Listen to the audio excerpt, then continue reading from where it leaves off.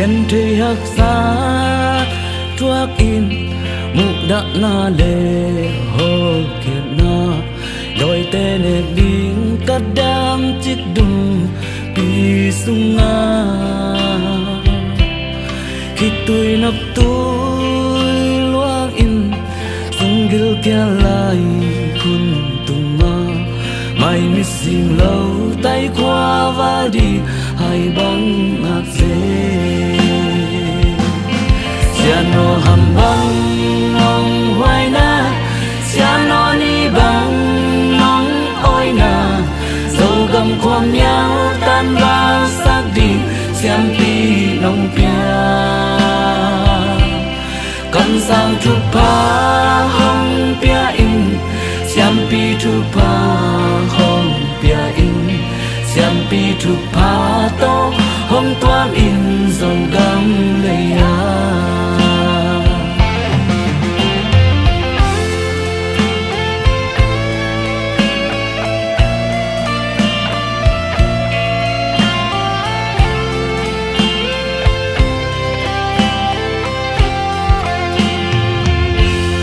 Sian mga di in mo lung zon qua ngày natin isim leya don bang in nang hong tua den mo na it na ang koi te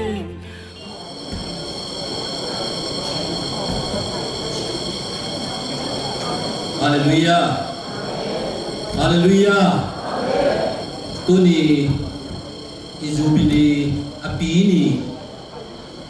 Jubili pini jin sang sun biak piang na hunte ipan thedi na edem ton pi ede kupang pia ibiak pasianin mintan na le pa toy na nga ton utahen haleluya in tuni ihun she ipai mai na vai pai dan ihun pai dan tom je khat akilai le ta cheng na akilam dan na ko mai manin ithoi da anwang dingin pulang masaning ipan na thungin na HBGS siap upilong ne din ta cheng na la number zani le som tumle kia desdes to ki cheng na vai muang na BOCJ committee panina tua thugen naman hitakte huai mei van na le lan phu na idi nga do huai mei ba le lan pe hallelujah for us din am no te asadin pe mai ong put din wa mei jong ba na ton put din hi tua kom komina za tum na hidi nga zam jong zabe tum ding manin ong puak za ong puak sa din pe ZBCM GS le TBC GS siangin le siamung amagel puak sa dinga tualo olen nga sa te hi zongin olen nga nai lo te hi zongin pasta siama te ke pe to za ken ong tum masai na to te ban na kizom din na achin dong itin kele ale pai ki kina zakhat achin dong tum ding na ge hiam to lo te program dan na pai su su ding hi amasa penina tuni pen ijubili ni pi api ni ai manina event pi na ding to bin hi ithubul pu akipat pana adungai lo sim khomin tua pen ikipat na la siam thu mun zo sim khom pa hiam tua isim kitab te la zani le som thum le kya saina kipat thungen na HBAGS raven thanglian khu ina thungen na nei so ding hi vek pina ding ni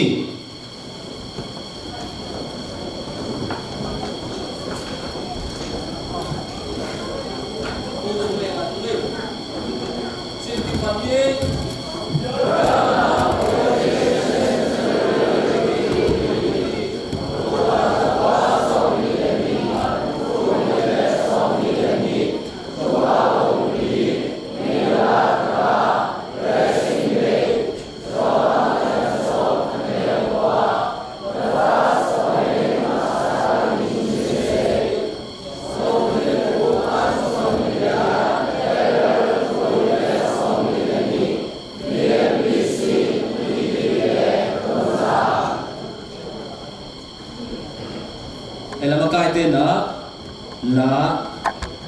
pasakun la to chen na sia kupin tunget na ni ding hi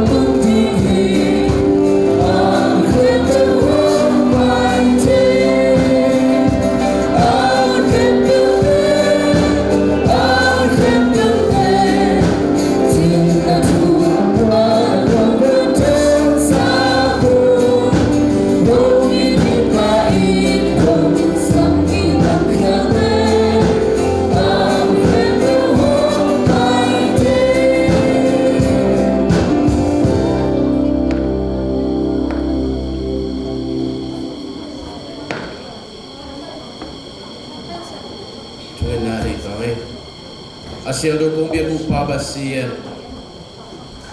nang ma nung ching nung kim na nang ma nung kalso pinate hangin pabasiyan reven biel nang siam pisanga do to pabasiyan kum chatin boy jubili te kham senin punoy pa nung biya pabasiyan to pa tupa nung kim na te tung tonin tuina to pa kum zatin lungdam ko na jubli mun pite kipan seingin punoy pa un kilo punga sa naiman na tunga lungdam chuo ko himo na ong pai mimal khat kim nun tak na sunga mimal khat kimi nun tak na ngai sum na jiwai hom na te sunga aban banin nakhasil do na tate lagat na ong semilla kahunteu akipapanin alay sa atop nung nakasiyag doon ang makainyatain. Himo na ito pa ang kalsuan, mimalkat kiminazong siyang bitupa ka nga kimnaw ng manong saktain. Kung leway na siya kung Jesu, kabing minso na kukumasyon ka kung mabalang kong biyak papasyano. Amen.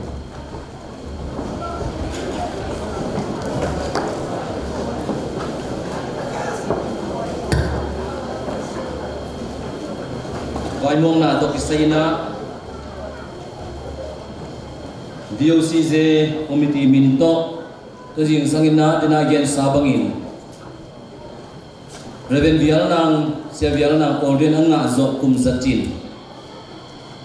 tuni apini tegen mabangin na apini biak ki khom na jubli poi bisung ongpai anay agamla panina ko mapeu aneu pen palian pen dongin ito papasianin tupang pekin jeta hen cina ito paminto muagung to pan tupang pekin jeta hen tuina ihuna bana zomni na khuai mei wang na hon hi dinga khuai mei wa kom to to chiang in na lan phu na to khang nu te nong zom ding tua kom mai na zam zong tum kom dinga mi pi te tang sip sup lovin pau thi thu lovin om khi khe ni tôi na khuai mấy vào đi thế ông kịp thổi một ông lao na tôi chơi cái na jam ông bóc sập điên na TBCA sorry TBCGS le ZBCMGS siangin le siamungin na ông bóc sập điên à iya maya siate pen hi pulpit ta tengina zam om tumma sanungin tua tengi bana zomina siapiang panina om ki zomina abanin oden puan se teng masa ditua ke takte mipilaka siama ahipe umma nom na ponum payon tuni pen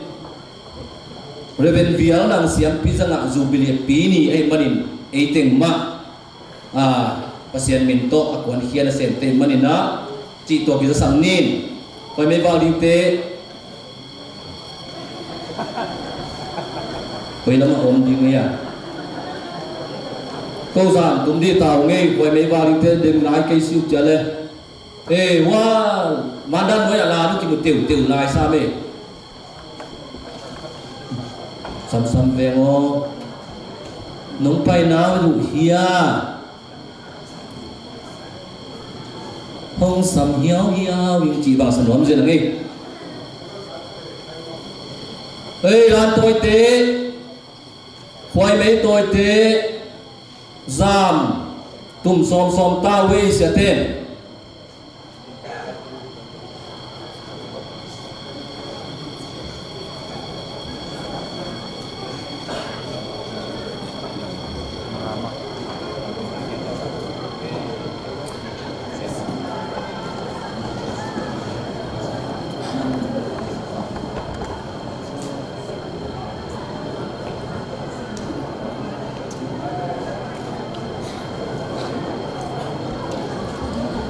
in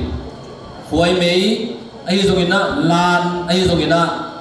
apu ding te ông phải zeng tao in tôi mà đi na siamungin zam tum ông pan dinga siamung tum kita sianginin ông tum dinga tua kita ke TBCGS in zomina kita pulpit tua tenina ông zomina atong na sakat acin na in tum dini zakara cima sia lu siapa tengina tum cita kena tum dini ale tuna zam tum pandi koi mei pa ma an puna tengi pandi dam dia sat ni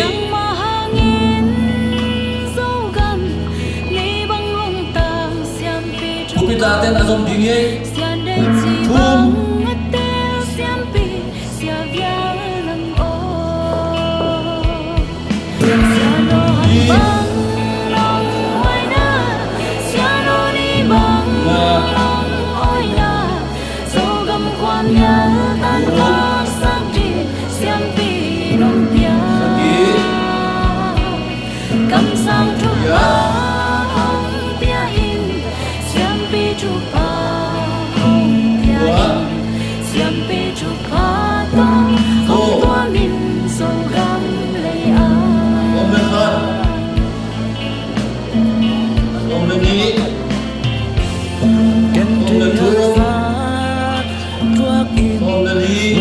na le đôi tên đi cắt đau chim đi sunga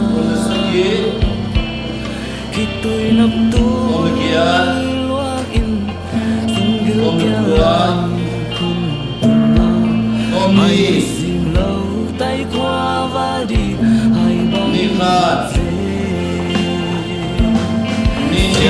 hàm băng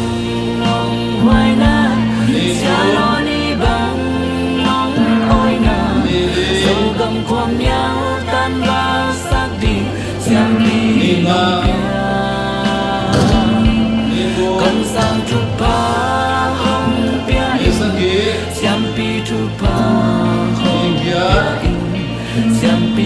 phá tô hôm toán in dầu thương lệ Cung pha Cung ni Cung dung Cung đi Cung ngã Diyan mga Cung du in mo Cung sagi ngày natin Cung gia Đón băng in nằm hồng tua chân mo Cung qua Na ít na Lộn theo lại, lộn theo lại Lộn theo lại, có thể nó không tốt Hoàng hồng liêm dần diệm phi luận kỳ Lộn đi Ta kêu kêu tê sâu găm chút ta Đi khai. Sâu mi chút pa Đi đi Siano hầm băng nong Đi hoài luôn. na Siano ni băng nong Đi. ôi na Sâu găm quam nhang Đi tan ba. bạc sắc đi Siam pi nong Đi pia luôn. Cầm Đi sang sang chút đi pa hong pia in Đi kia Siam pi chút pa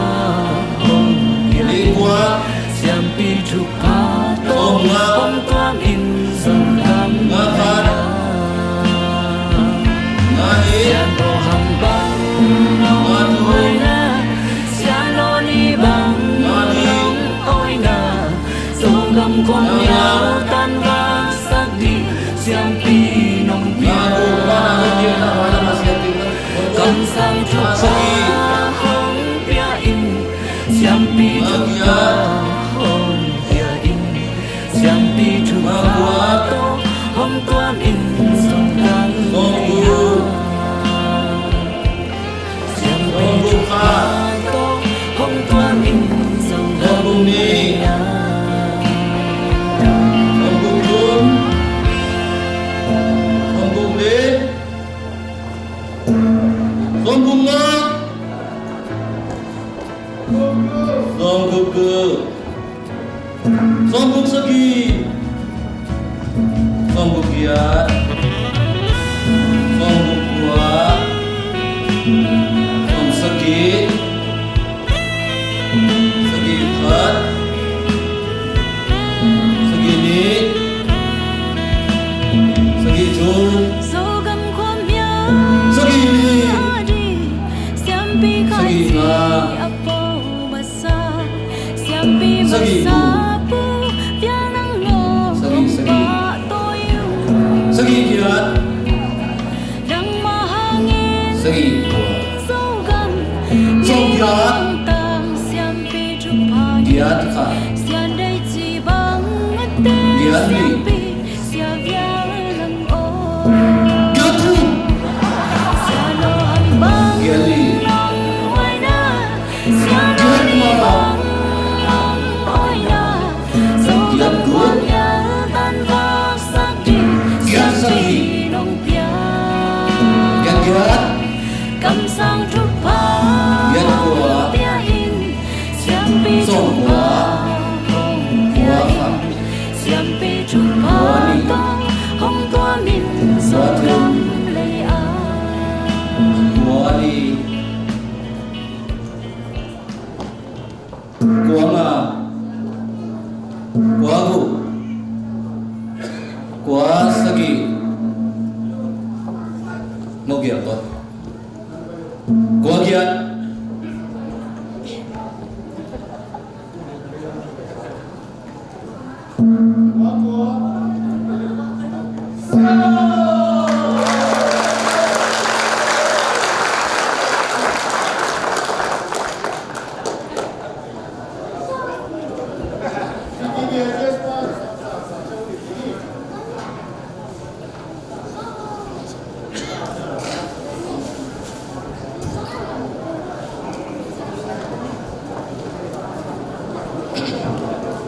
Azam gin dana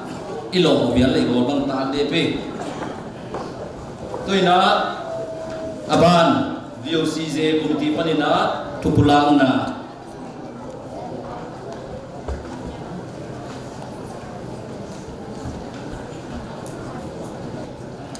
VOC Jubilee Ichit Pen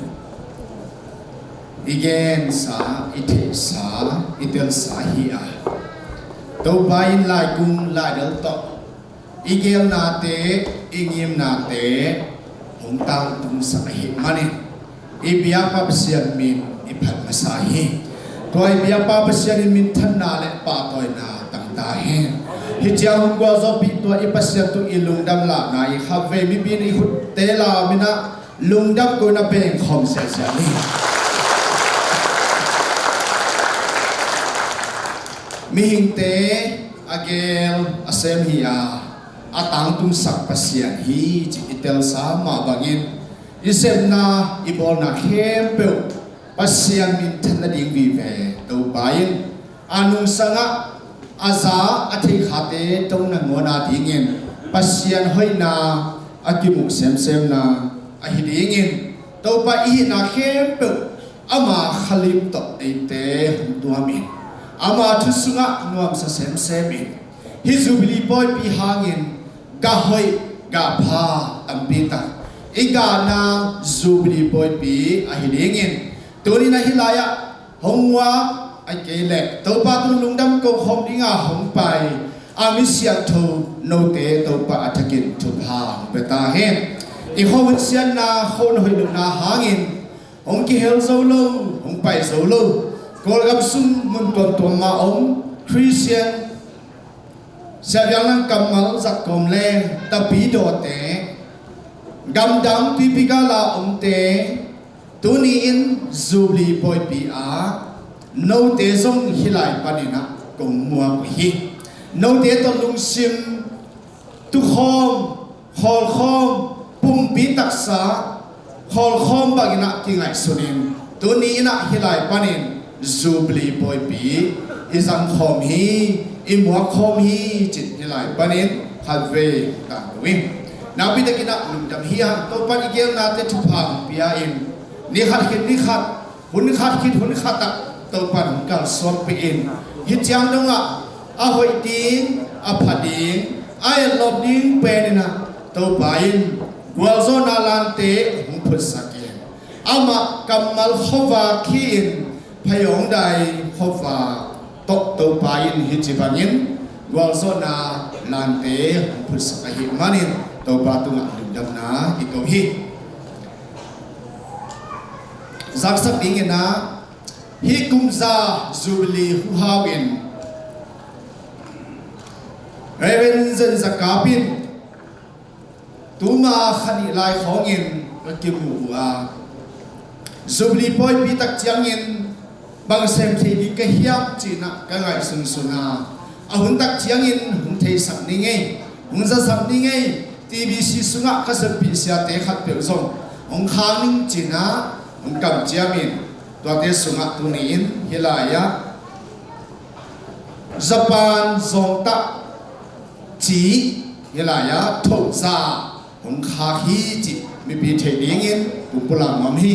to tu ma bang te an hem chi le donation on Reverend Vietnam Ordination Centennial Celebration by Reverend Zen Zakap hi Japan zongta pen ama igen na a galing khem tu ading na sung hoi hi china a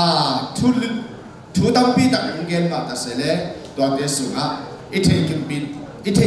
kim tek chat na dingen galing khem ko ina hi Japan zongta ate itale aga hitale ne thein min ten zong ne lang hot ma hi chi to ngel na hi manim ade te na pian chai kong da a na minuto na phone number tu to na por bi to na a sakun chi hilai panina ja sakin to pa na apekhia Reverend Zen Zakable a in kwan te athakin thu pha bia sakta he amaute in sumba ku sunga khai chi hot ma au alame tu khai chi te to pa in po sakin hang sakin ga hoi ga pha tambi ta hongga saklai ta he hi atu ding aching ding Christian tapido thum mi khem tu te sun lungul in lamen in upna to khai chila in itu tak chiang in tàu pain itumate ilei tang te zum thupa biak sakin hi khai chi ni khat ni tak chiang in izogam lei tang tunga ga hoi ga pha ai lom pen khai chi singkum ai lom ganin te ading in chidam na di le ate ading in zong thupa to pan so sakta he na pitikin lungdam ha tadak chiang ina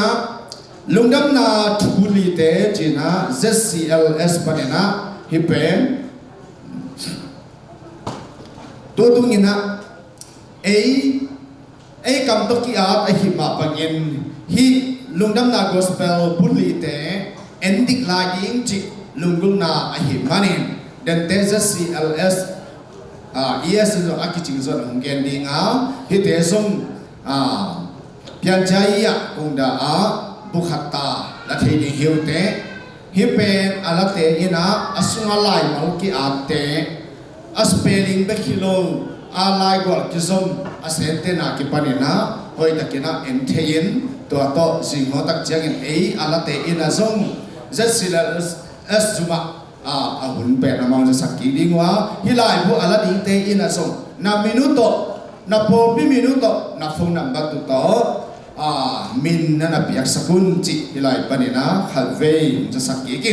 nabi ta kina lungdam hi ha chu za sakti tapi tak sakma ta sele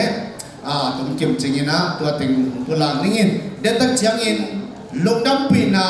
lai pi te i hun gyang na suina hun tak chiangina i hun te en to ni in alo thailo ina convention le association section chi ta pol hilai panina sim hia dingin ige ingai sukna hia i hunte en ni na i hunung i hom thok ke le apai hem pe song hilai ya ki pia khia in matan te ding chi bagina ingai sukna hi chi to pula ngoming na pi de kena luda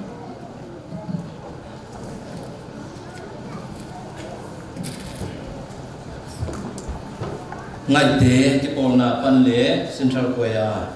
ki zo bina ngai ni khut pen na to muang sia sen ye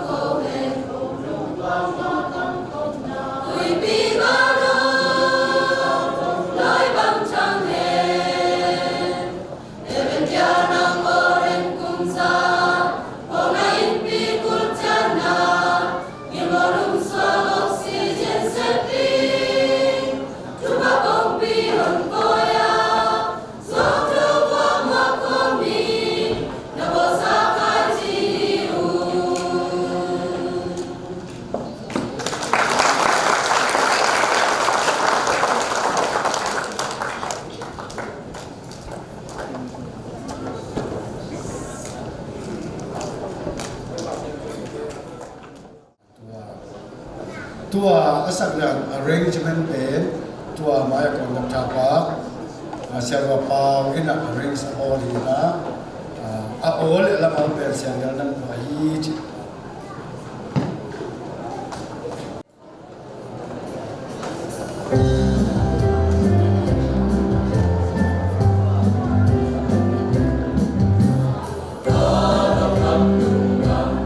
subscribe cho kênh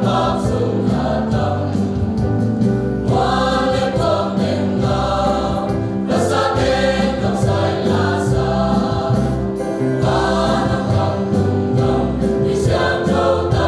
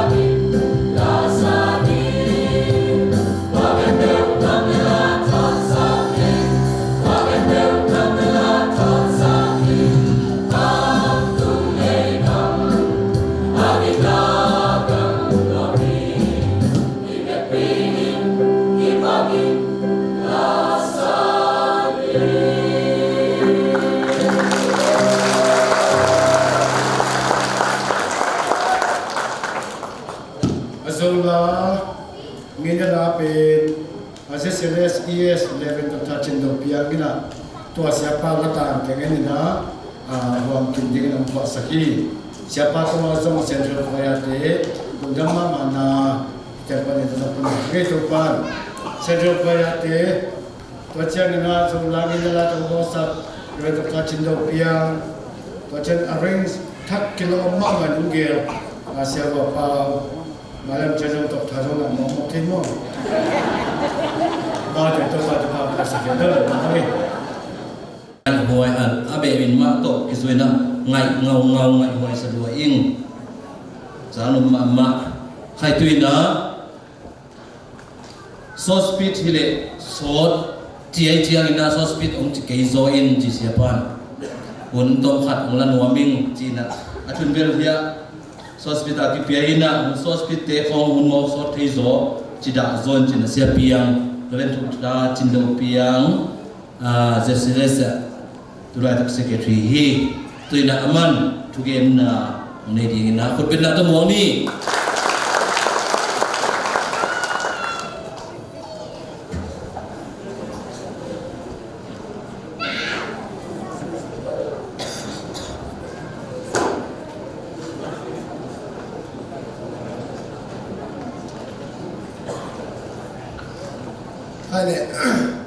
Hai tunai takina Revolution ng Jacin Poi Sampai Melayu Dama Tua Sunga Jubilee Vaito Akile Gan Lahi Sam Lo Atwam Takabang Sat Lai Siap Tong Hitu Gen Panwami Dena TTBGS Siapin Pui Gen Hina Tompang Ong Ne Gen Pei Lek Kita Letam Sing Lai Sunang rất xí là xin là tu ni là xóm là sagi thu kem sẵn là tọ xóm là việt company na lai xiêm thâu tôi đây sao bên dynamic translation hi tuân na ở bằng bulkan nông tế thu bulkan nông tế giật hạt tiếng ra được tiếng bulkan na tọ literal translation nè tiếng cái này xin na tu ni là xóm là sagi cùng rất xí là thái nên mình kì hiện ai bỏ đi việt đi xia cái bỏ đi na nên em ý thì nên Bible talk in carding chim hi với tập chiang na just less in Campbell nào phong cái video na ấy rồi media đi na chia cả phát động đi na hi cái chip pa mày à Reverend Dr. Paul lên mặt bên thông tin lễ Reverend Dr. Paul lên mặt đi na mình sẽ được cái lễ mà lai xiang có lai xiang ấy Paul xiang mặt này khăn cái kiểu sung in cột bao khăn cái này lâu điตัวขัดนะไอ้สุงะมีกินน้ำมันในขาอามันองเตยโตตรงเตยโตตุนมังมุนาจังกับอาจารย์ดีตาหักตัวก้องกาละมาเตมาคุณกว่าเจ้าหากิจิบุลีเต็มเปไปวันเสาร์ที่เมียนมาเอเจนปักนะเรื่องคุยลำถังเตอบุยนะบุษงาองบอกว่าที่เป็นลุงดังนาชุบุลีเตจีนะชุลวันทักวาร์เซนทักจีนาฮินะทุกอย่างทักจีน่าฮิโลตัวจังจีขาที่เห็นภาพข่าวนี่นะทุกวันทักวาร์ซินทักที่นะไอ้จงมีเต้ทุกวันทักนั้นในดินสวากินที่เป็นตัวหนุ่มก็โตนี่นะก่อนจะทำมินทางก็เสียไฟลำทางอินบุษาตันหอมอินตัวน่ะจานีหุ่นจิตเต็มโตที่เป็นแกนดิงเอาหุ่นกิมาครับปักหลุดนะยาทุกศาสนากองจ้าบุษบมาแบบมินที่เป็นละดีนี่นะสุ่มเอาอิสระนะเห็นเป็นอามังสินเดต้าคุยจีดีอินฟีดแบ็กไปดี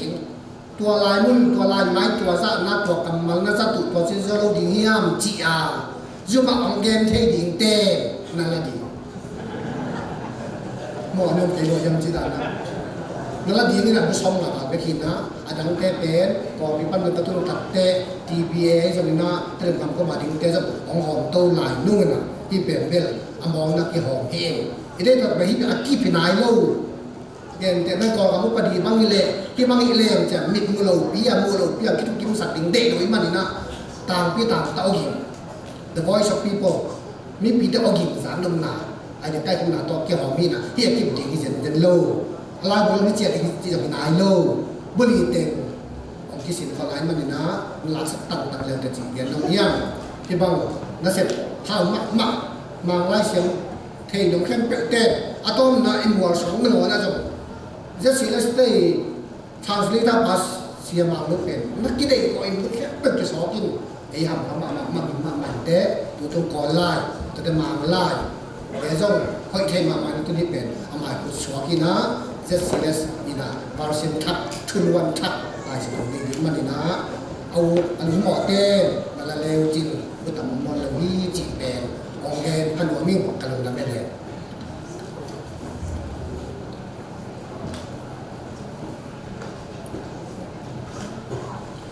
เรื่องเดียวนะ ordination centenary หุ่นนะทุกปีเกณฑ์นะต้นทางเอเบลซอมนี่เลยยาตัวนี่เลยซอมนี่เลยนี่เรื่องจินโดเปียน just yes executive secretaryตัวนี้นะคุณกระหักถามมันนี่นะกระดูกดำมากขังงาบัง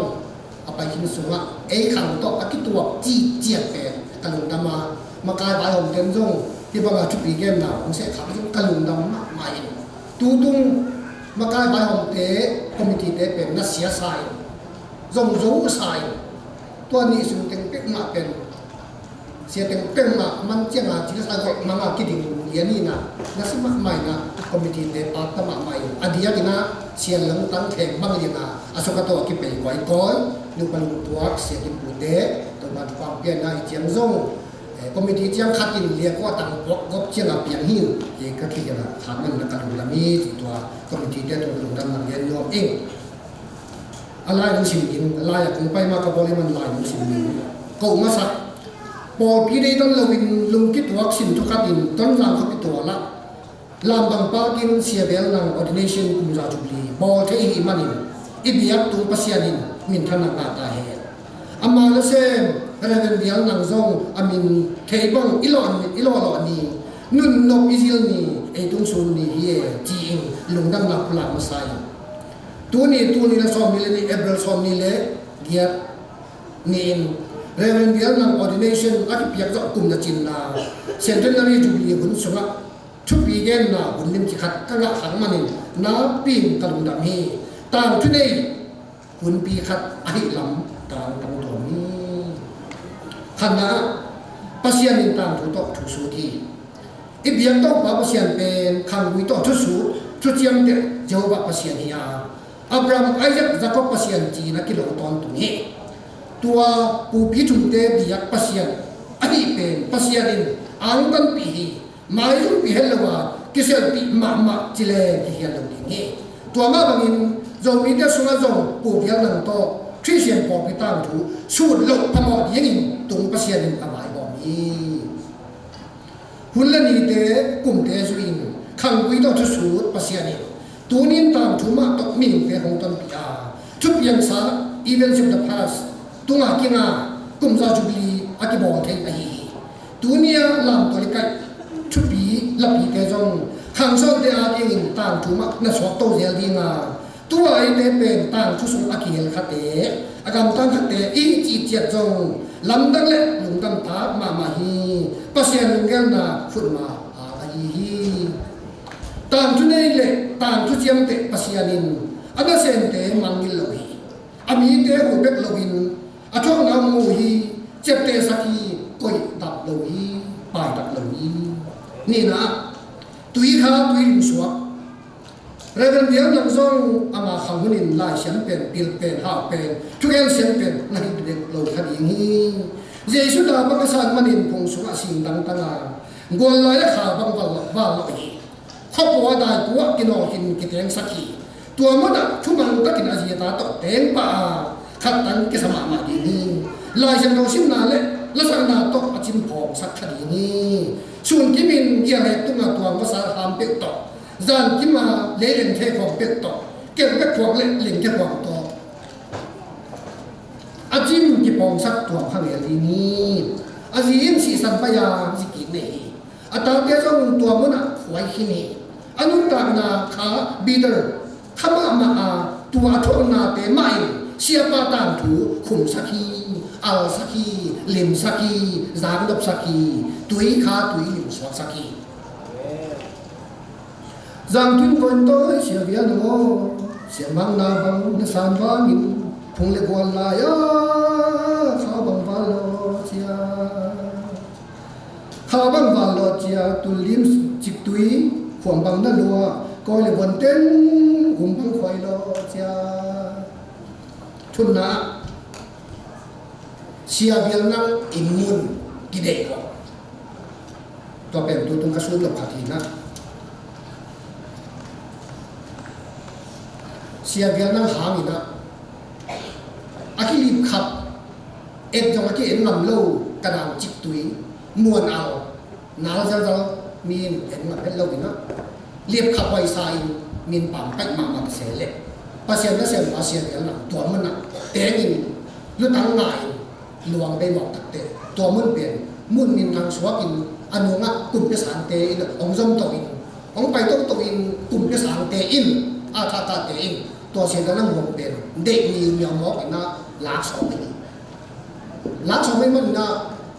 reven ka puya TTBGS set line na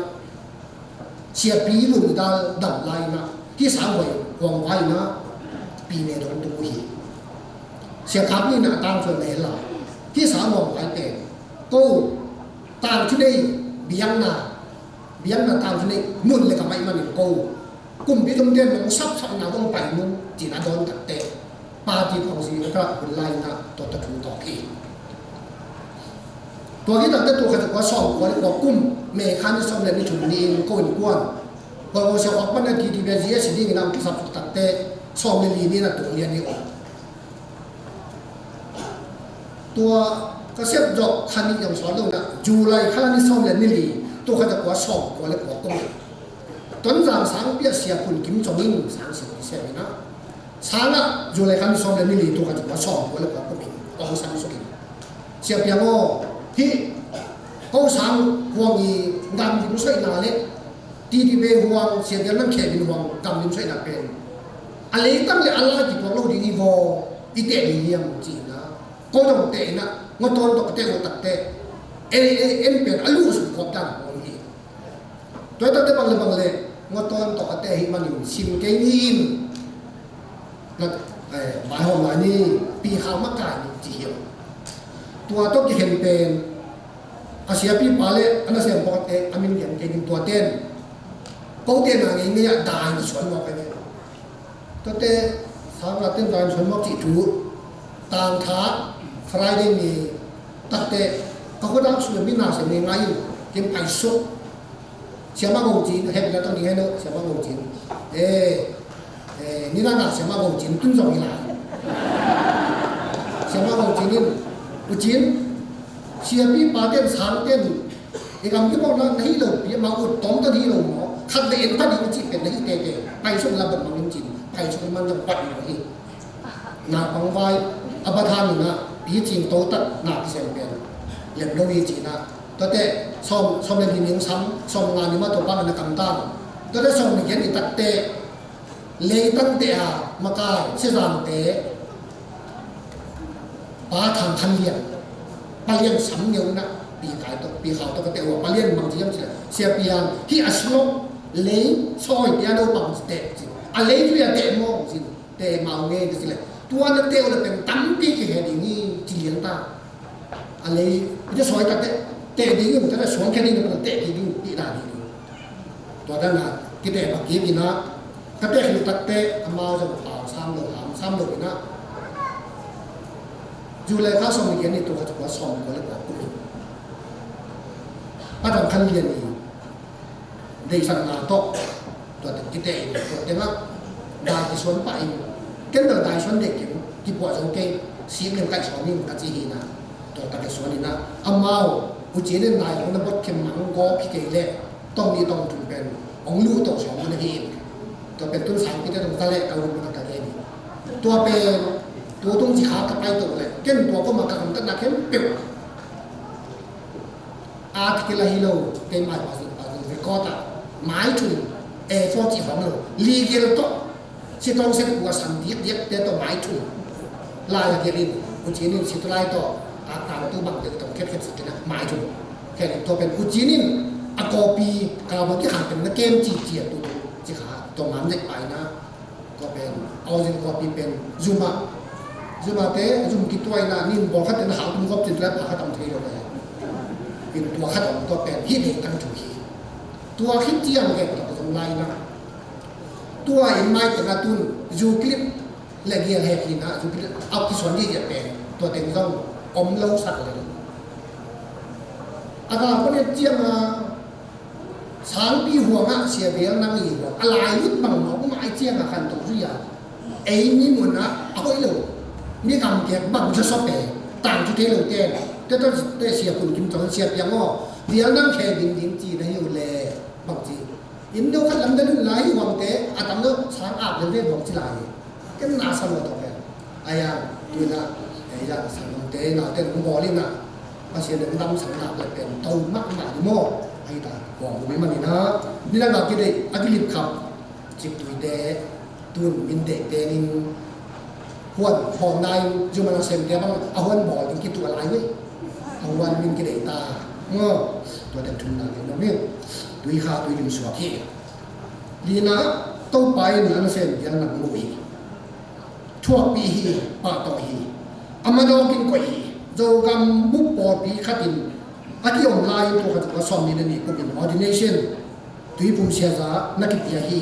สามวันก็จะเตะมาคำตุ้งกับมาตุยภูมิเสียจางามาสเปน ordination งามาสเปนจีนที่จะเตะฮีอาเป็นลอยบังทางบังฮีสามวันเตะเล็กกันยินเสียเตะตกกินไอ้ทุกขมามาฮีสามวันเตะอันลูกอากาโมอาเจียอุเตะกุมบังสอดที่วิมานินตัวหุ่นสุงเข้มแบบสามวัน acting missionaryมาบ้านเต็มสอบจบอาจารย์เตะเช็ดหนูจุยกินนาเชียกินนาเมื่อไรมากมาขายเฮ่ตัวข้าจะกลัวสอนนี่เรื่องนี้ ordination ดวงงานนับบ้านเรากำกลัวมาอาทำมาซาเสียเพียงน้อย ordination กลุ่มหลวงที่เวเซนเทนนารีลายตัวกายุเสียวนาลาขายน้องเจ้าเก่งจิ๋มไอ้ไก่เด็กงานนะเรามีเดินยังนาขาถุยทุกปีไม่สุดมากไปปูเป้านะที่บรรทุนี่ต้องมาเรามีเดินยังนาเป็นริมไม่สุดมากไป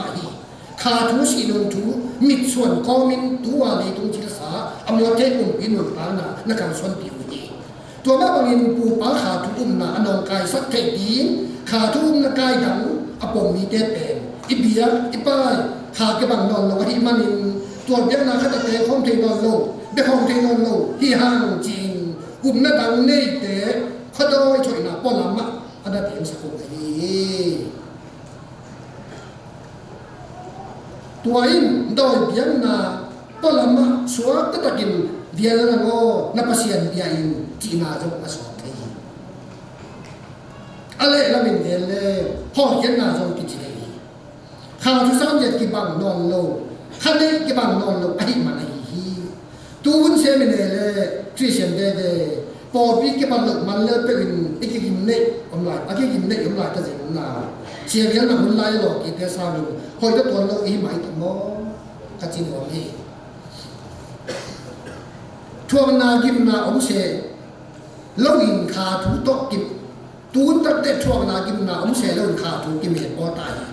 ตูนเชียงอินต่างลายทุ่มเทปังอินบังโลอินคาทวาอินยิมดิงต่อดิงซางอินดิกจูดิงเลทุปานาดิงลำอิกิมาไก่ตายอาจารย์กินนโลกัวเด็บโลเตขัดเตคาทวาปัสยานินทุปาเปโลเปียงทักโลเละจีจกขัดเตยังหลังเละพีตูนเบลอิมาฮีคาทวาหาวโจดับโจปิลโจอิกิยอดปีไงงาฮีไอหางินเลกุมปีเป็นหาวโจดำโจปีลโจเด็กสวยแล้วอินหาวหลวมดำหลวมปีลหลวมฮิตอยหังเลจุบ้าสัสิจนินกิจงท่าลำพิตอนตะเละตอนตะไกเละหาวดิ้งดำดิ้งปีลดิ้งเบ็ดงะที่หามจบเบียกหัวขี้ยังเสียเยอะแล้วอินไอเละคังกุยทัวตาปูบังอินตะป้าบุลเชดินไม่นอนหรอกขาทัวบุลเชโจเบคีช่วงนาตุนาปัสยันกำนักเกไกมันอิน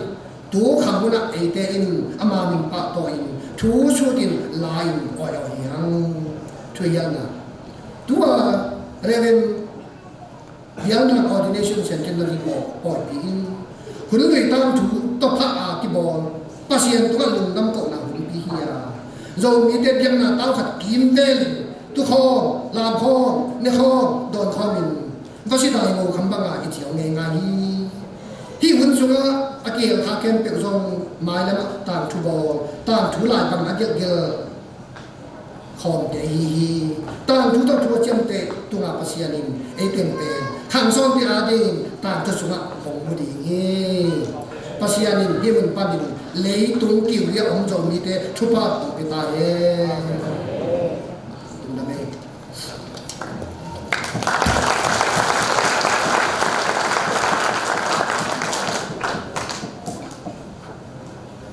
Ilung dam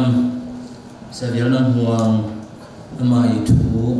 sudia kilom ama pokha ama kurai niat isep khakte siapa nang pula ke manina na pita kana hamur le nung to ma mahan hale goi tu ina la VOCB fan azong gospel te to te na sama sadina to hetate VMBC numeite aking sanan nam leo chin in gospel fan gospel te ong tai pa jeng jeng bole ma tanu lam pai bole cha kam la de we an gospel bole nge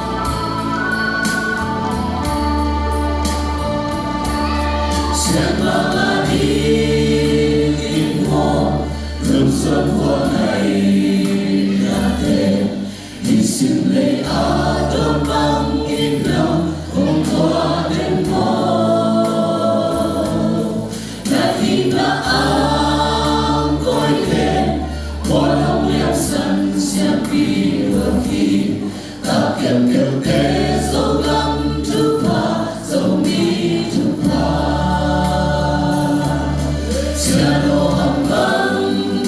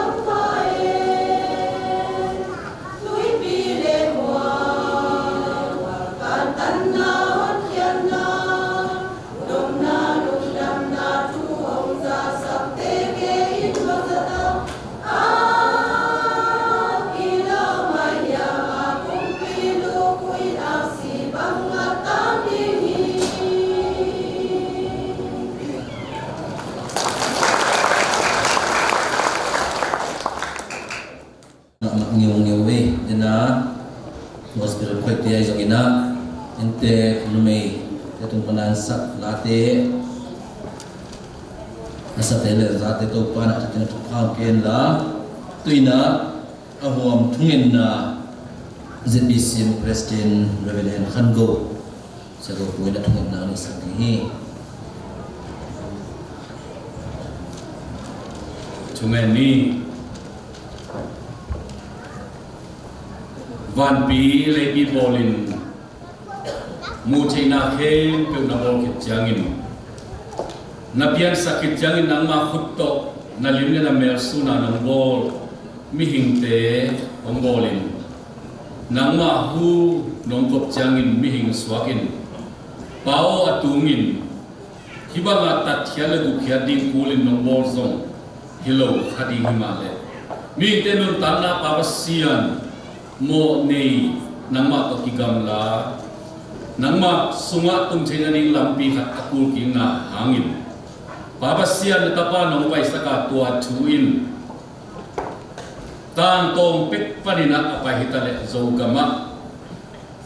papasian nong tunzo kumza valin tua hong tua missionary te I hut sung panin kapu Reven Vial nangin nangma chu umin anun tana te pehiain babasiano chi tang na le thuman na to anun tana be dong nangma dingin na asep na te tuina ama swal kha apal deina hibangin zo thin anini ni hunina to babasian hunpina hunga bang kapai na wa boy theina por bol te phia sakin tunin nuam takina hijang nong ton pin manin lungul nate thing nate donga human tha sunga kapu vialnang hangin na sep nate lamdang hi chin lungdam ko jubilee te hijang nong ton pin na masan tunga lungdam ko hi min chan na wang len na pa toy na te nang ma kong hiau hi bun khalaya khonol khopam khopwa hi tuina kholai la sok sak to pan min chan na ma thai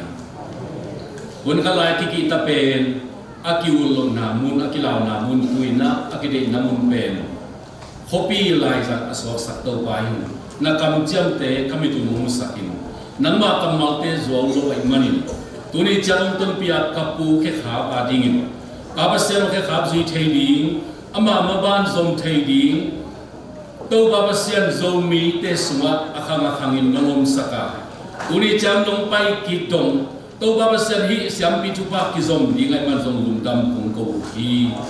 pu vial nangin chila sa ta son le kha omlo hi bel phum chiang hiya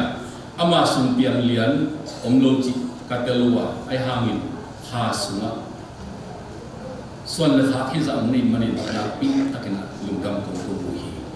hi ton zang ko vel bc por bi ma ma so ama nga to pa khang khia ordination nga sa sia te nama na sending na sap te to ba siat ama nga to pa khang khia tam pi tak dan dam chu kong ko hi aba sian hi por bi be kilowin tui pum be kilowin zo gam book Christian Campbell ama sol kha tele ama I to ba sian siam pi chu pa na piang kai manun tuni ma man zong to ba sian siam pi na sem vive som guk val bang himuna nong kai khoma ite he pe ama swal kha te ka man dam kong ko aba sa hi po pian thing na dingin vision te kwanin association PTBA intek pan line na gimle tolin degle tampi kan kan to win sem na bol na nei gam buk PTBA te sai simun to pha ka pio hi aba sian asubabay na to gimatol na to pha ang bias tai hi sunga to baba sian amakai wa hi kana sepiu from the gote GS laki patina to baba sian staff te o sen staff te affect organization to chupa ka pio hi bek tham loin to pa kapu vialnang reven vialnang hun bang non loin nangma komum na sungwa baba sian leitunga mu thei e panina zet dong pol tuam tampi tak kong tawa tua sung panina to pa nangma sem te zong ai thei za himuna kapunong pina le na golso pina te lungdam khom ni ko pai ko manun tuni na hichupa hangina zogam amai pol tom hem pe sumayong to baba se nangman dong piak zomi tel lakka siam pi chupa te achakin tung ta he lamdang pasian hiya lamdang chula pawang le pasen ton tung panai na tunin kami tu nong musaka to pa nangma hoina te omusak niat pasian mintan na wang le na pa to na hi pois mom hem pe nangman tanzo tai to baba sian sem na bol na a kasep dingu boy to kisai hi vial nan kum za chinna relen vial nan kum za chinna lai bu te ke ba tom zo kom khalai ding kem de zong ato dong ka tu zo ren man chu ha to ka sa pita walen baba sian bit cham do bin hi in te ko bi ma zong kim le to me sa thua kina an wan pol gan zongina gamla apai pol to baba sian me te be ga kai khom pol baba sian sen na bol na ni he pe zai sumin to chupa ka pio hi naman ngom pila asa tam bin chupa tam din tai to ba na hoi hi himuna to papasian reven vialnan kum jasung asona khate zogam sunga le tung mun tom toma papasian nangma na kasem na teu namin thannaringin sut khom le khomin ongbai lai takun jing changin ilam jong zuan ding kai manun nangma kasyang thunong ton pina kamun kapol chat tung dilong na happy na pangen to babasian kapu hulai bangloin kagamu damloi manin kagamu chidam na ongpetai babasian surin zanin bang thupial ding chi dong thei keu aya nangma kusuwa to pa namisyang thote na tate alam namin ongton pitai babasian kapu kumza oden anga achin hit chiangin mailama to babasian non terminam to babasian zo swan zo mi zo tate nusalawin Korgam buble leitung bub donga nama lunam na chu athelo garin ongsang dingai manin na manu kong kia ki babasian tuni so neta kami ha an kita sang na sak thute na sila pa sangin ongfa tai kahunu kani lai te tu su na huni tale tuni ta kun te tale nang makasian to mapina to pongompi pongkor so pitai kaza tu thu kabu thom na te hanga babasian chupa om hen pe asona khap zogam bup zomite zogate tuma chum te tuma achakin tung satai kakam dam sakinla zogam zomite nangma suma zum chukai tulai tak kanun jate nangma non khe namin chanari zangin chi ichanom ton pi lundam kovin nazremi zai sumin to na hebina ngene ba ya babasian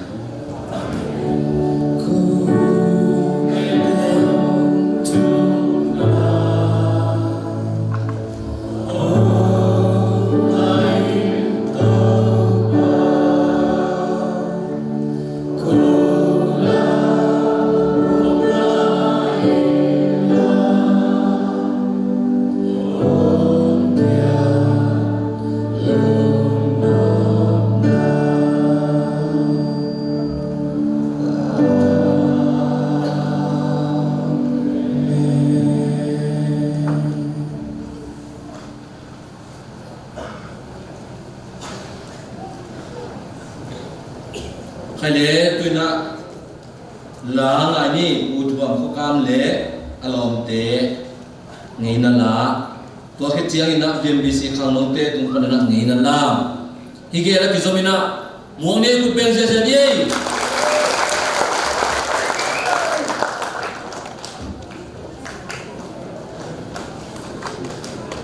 Pada saat ini, diesel itu yang ini subiang dan kapal, nado. Jepang nalaya motor natya izomida, di cikpila katen natya izomida, tua pasien kasar natya izomida, apa natya? Jauh kan lah, simlai itu tua patwang kisai lain takin, tua tekan bang ini, saya mah betul, ane nazamno, ada lesian no kitoi, orang kucing sama Dalam jiwa siapa intai berkomir kaya sotema bapani simlai itu tua pada kisah lai kaki waktu tanam kiri lai mampu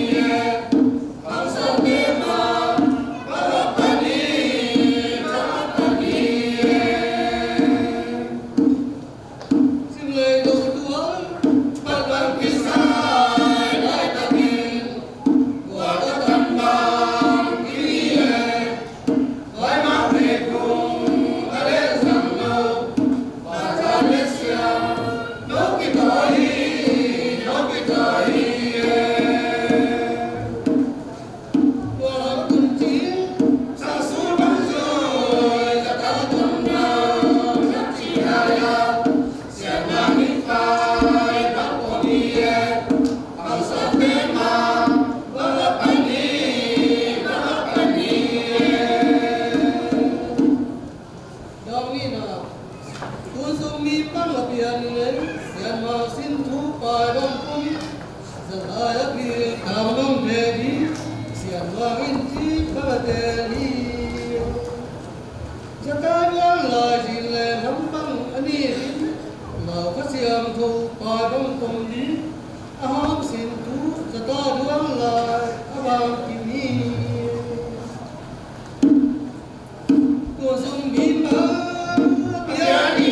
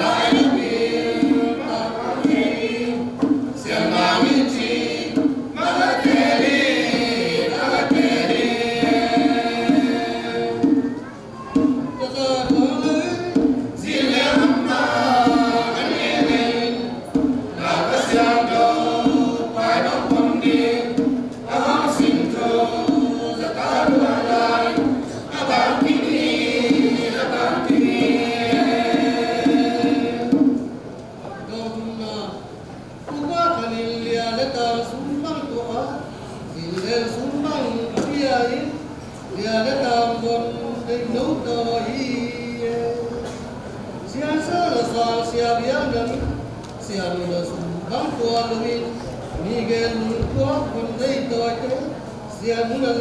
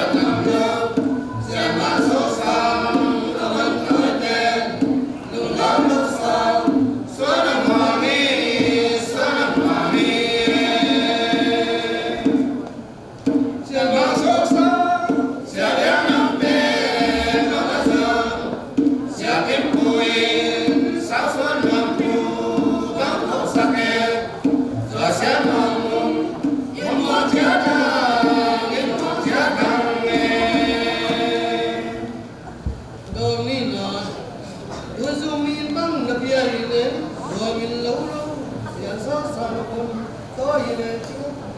dọc kia là tan quần lại nằm in ra lối vắng thằng nhí sian muốn tới in coi là con muốn ngoan ý chiu sian sa qua là nó xin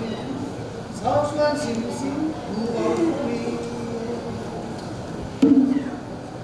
tuần xuống mi mơ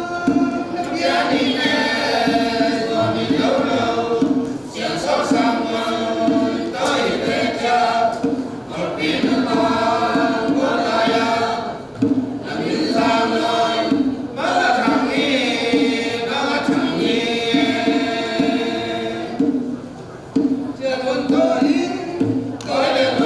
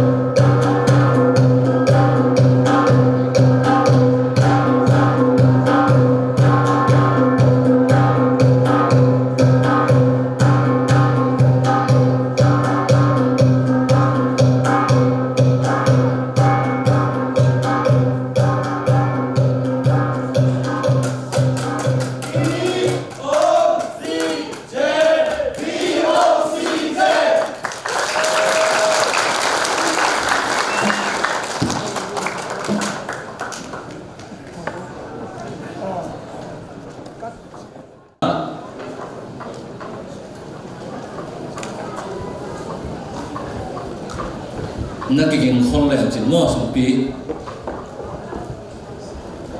lungdam pina lai ti de tol ominen num to ong son nen num khale masak ven mai di ni in jes paina ama nang makai hen la ama tung sien ki pia hi sungin to chiang ina akip pe khalo te zomina pe khalo te na aban zomina china na ena jes pa nang makai na lungdam pina lai simna azna piang na ai zomina jes pa hi makai na dan na Bunte sang tu dia amak sampa ni.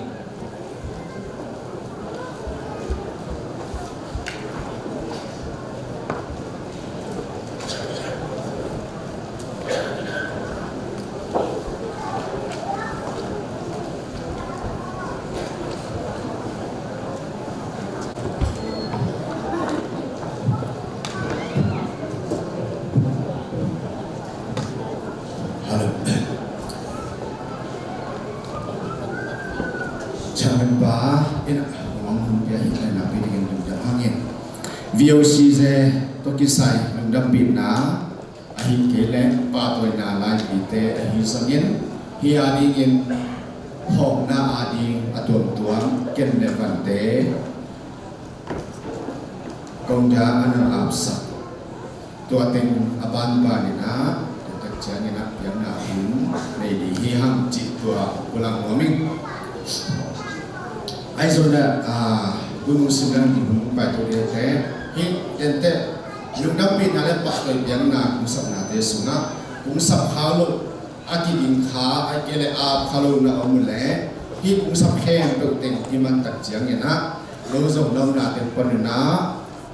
kita siang kisang siamin ilaya patoy na yung nampin natin lumpia lai tik na ringon ilaya panina thei sa moming patoy na lai bite isim tak jiang na ikipol na atulu te simnon loin alai malu dampina le anwaya teng biakyati teng musim sakpa na ring na hilai panina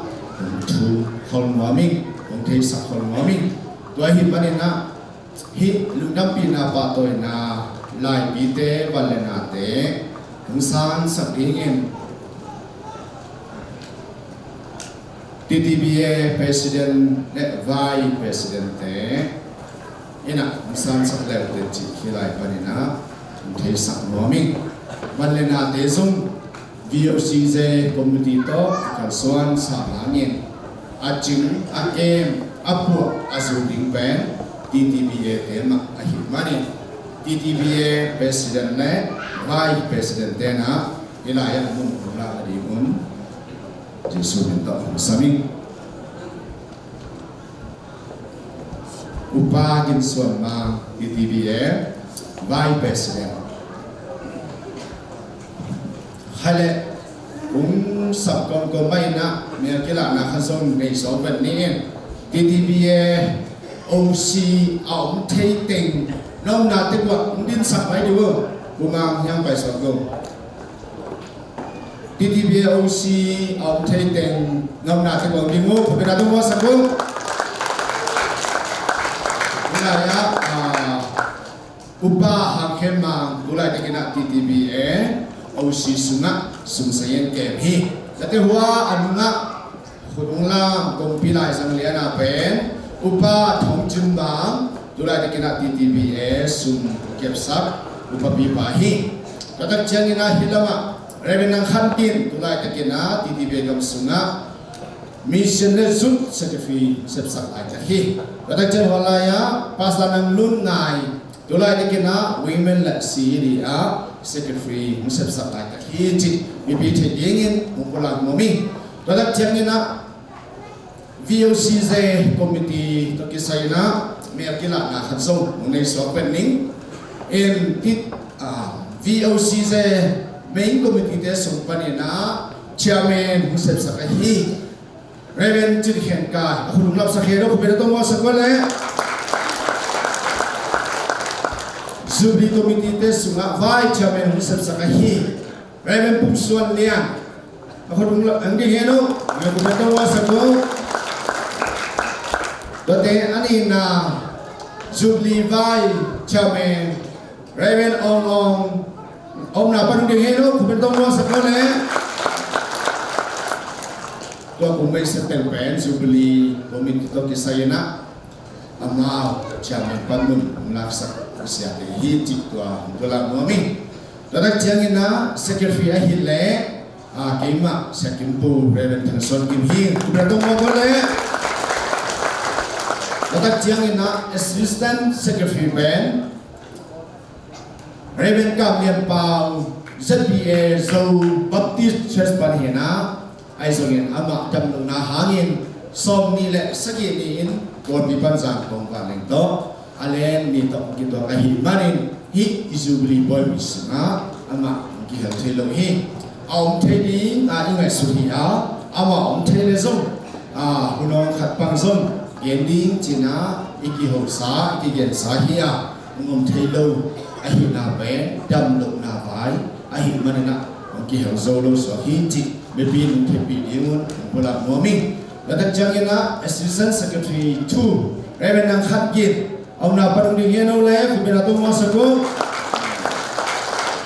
Sapazong ipoy an ingin tigit mak thadim loain ai sangina ipoy kal khat asap main sumpain jinain luain lukun nakin nana oma ai song topan thupa biain Jubilee body sunga Ongdam sak uhasak yakin ede to akibangin Jubilee boy pite ham thi mani ito patuna nundamna ito hi Jubilee mengkumitis sumpani na sumkem le sayen kem te ahi le DTBA sumkem le sayen kem te hi chi so mi pi thi ingena so nenang sakin ka hi manin tua pulang lo di hi chi pulang nomi tulai dikena hi VOC se to ki sayen committee OB panmun ani teng to teng hi chi tua pulang nomi advisor tudopi te ahi le reven tu thatuan khamung hina amam na ban pin thele ko bina to was ko le kada changina reven phangson ni TBC GS amna pan ni ko bina to was ko le kada changina reven lian khebao tuni sunina ite to yapirna ngui sa luhi ni khat ni ta khat ki hopi zawin dam lu na hangin lu na pina tuin ai te kya nga ngi hal thele idum bul ma na hi chi to pula mami siapa wi lai ta kena VOC building to ki sai committee tuam convention association president secretary te advisor in kumtung ni le som le yat kumin la i hom na to ni na anga na phong pa ni na sia kimpu advisor nung ko chena phong set dia ni na Jubilee Vietnam Ordination Center building to kisayin advisor petuna ikot mi tampi tak som ni le sagi yang kan apa dia so pa ni ngopi masabay le tha bia siapa hi to ni na son kei mi mali na son hong yak pek ma ing to pa na ma tunga afang na adam na khu te hong na sa khen na hong chi dam sak tha sak ki sak ta hen patak jangin revenue do biang ZCLSES zo advisor in ka hi manin ang ke hel thei teng mer kila na ni na din sa khen no na to mo sa gole advisor mapita ini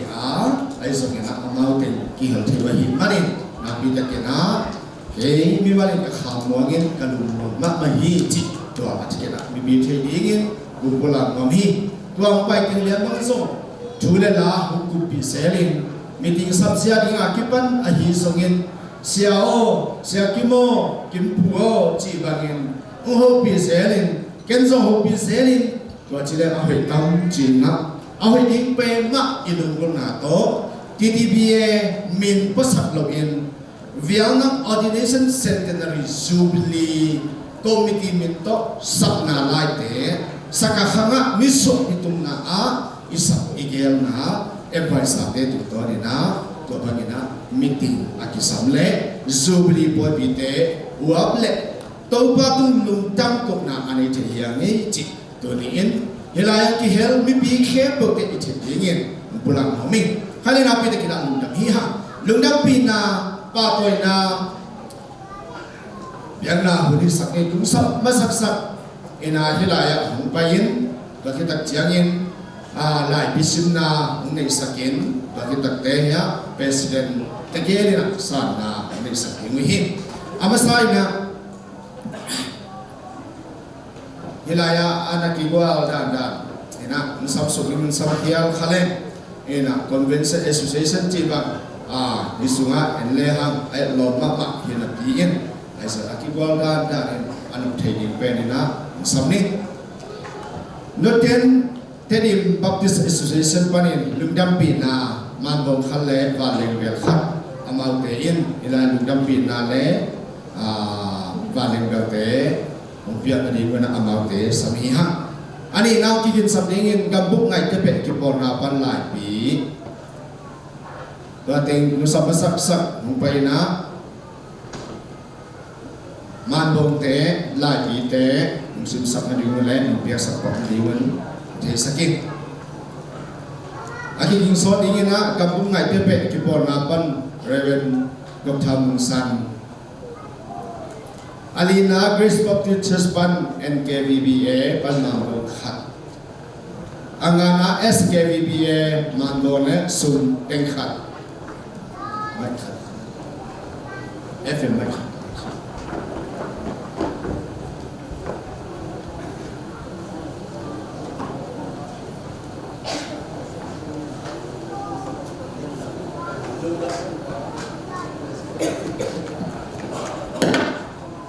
Cinta le masani lung napina laibi Vietnam Memorial Baptist Chibong Vietnam Ordinary Centenary Jubilee Poi Pia Killing in Northern Baptist Association Inay na to nung sa manong kalungdam mawa hilung nampina lai bile berkan khat kong piao hi Reverend Ningzaton President NTBA Reverend Tang Chinton General Secretary NTBA April 28, 2022 Asma gabung ngai tebe kibol ngapan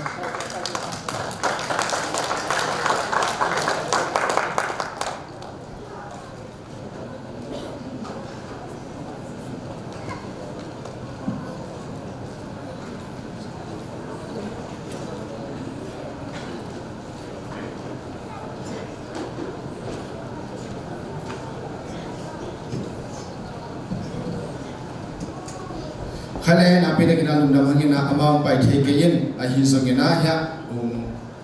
ilaya akin samina nana piak sa pai thei tengina simna ni sangin pai thei lote mangbo pianna patoi pianna thei sakpa ni gabung ngai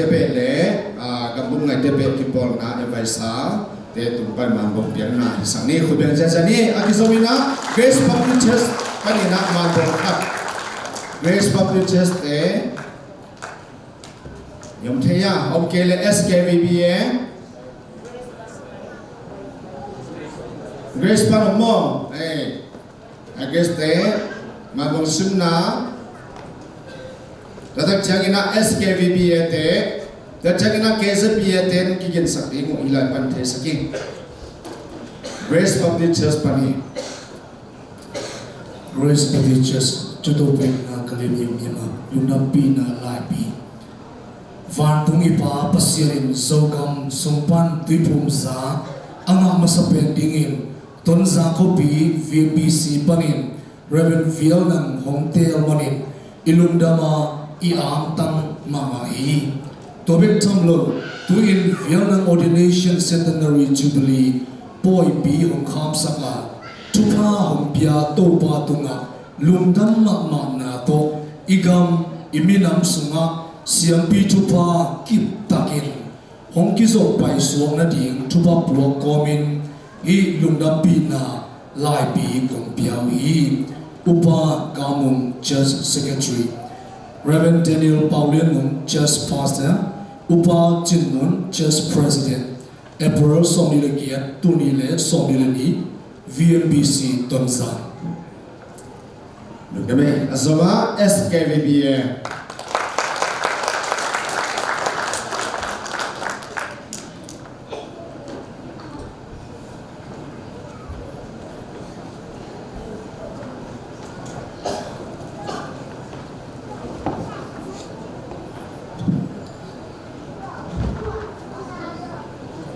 lungdam pi na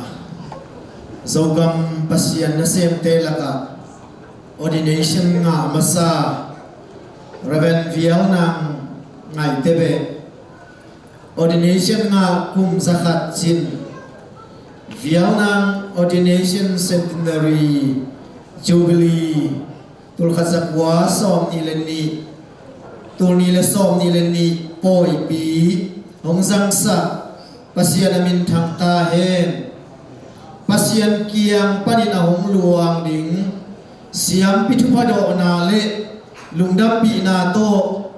Soden Kali Valley Baptist Association SKVBA in Dangka Tenga Vok Talgolma ma luang khat ai chi le lungdam pi na lai pi piao hi thukul pu thupakong pi Reverend Dr. Dal Khan Mang President Reverend Kham Kap Lian General Secretary Rundame Asama KSPA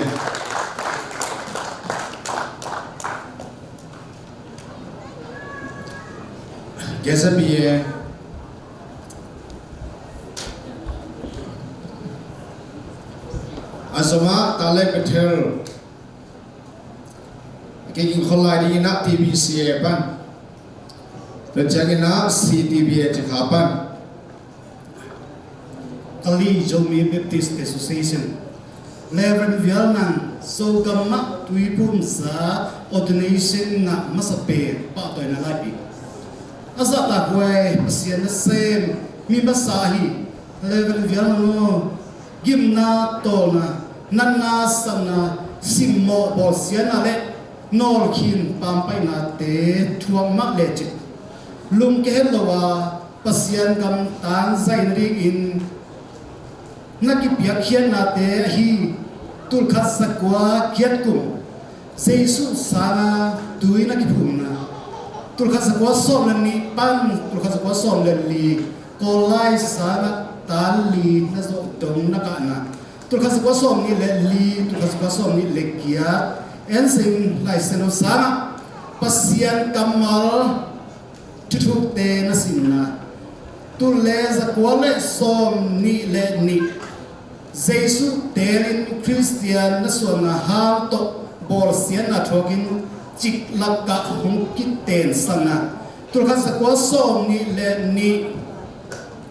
tisam khwaban tuipum sa ordination hong ki piana tulkhan sakwa som tumle kya tulkhan sakwa som tumle kwa dokta CH group maban ting na somna tulkhan sakwa som li le ni tulkhan sakwa som li le group Reverend F.O. Nelson Maka Maban Ting Zomna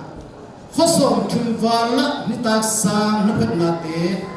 Kathek Khap Kazak Khap Jangin Kam Tam Nam Hi Tua Hiya Nangma Tunto Na Hong Tam Hiya Topa Hobakin Zogam Sunga Hong Tam Sem Sema Ha Tu Taksa Tua Hong Toy Sang Ma Ahimanin KSPA in Zatan Alin Pito Hipa to na lai pile just ten khat kong piao hi KSPA kampuk aitan in Reverend Dr. Chingai Chang President KSPA Reverend Yalamang Secretary KSPA Day Somilegia Li Tunile 22nd Kebiasaan semua Talek Patel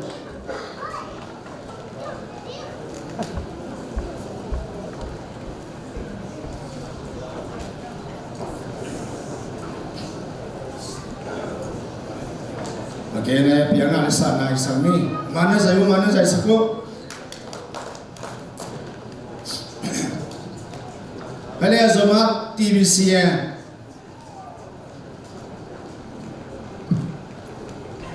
Azoma kiging nak CTBA, ATBM.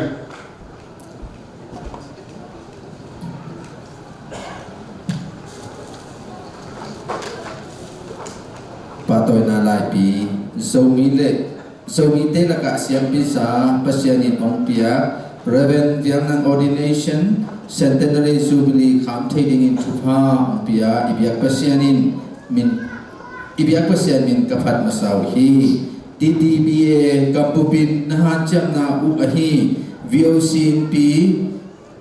Zomi Ocean Brand Vietnam Mual Suang Le Thupa Kong Pite Topa Tunga Ap Thai Na Chiang Dong Ong Tong Pi Pasien Tung Ilung Dam Mama Hi Hi VOC in P ZOP Mual Suang Le Thupa Kong Pite In Akip Akho Taksa Le Kha Thupa Akimu na le home khian na building pi suakhe chi in thupa pat komin hi lungdam pi na lai pi le chat tur som nga Kong Piao Hi Kampu Bai Tang in Reverend Suan Khen Kap General Secretary TBCA Reverend Thang Khen Ma President TBCA date 28/4/2022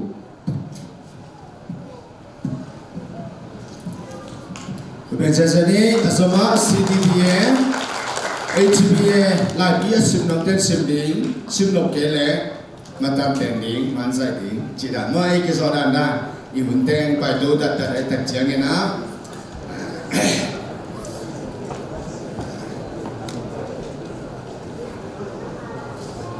CTBA panhi, ya siapa nu di paklo yang maki saya lagi, TTBA zong tum tampi kalak semin numei lam si di lam tawan tampi tak hula sakin cikha zong tum tampi tak semin kum cin pensen to tulai tak kena atau ngak lai tak hi HBA pan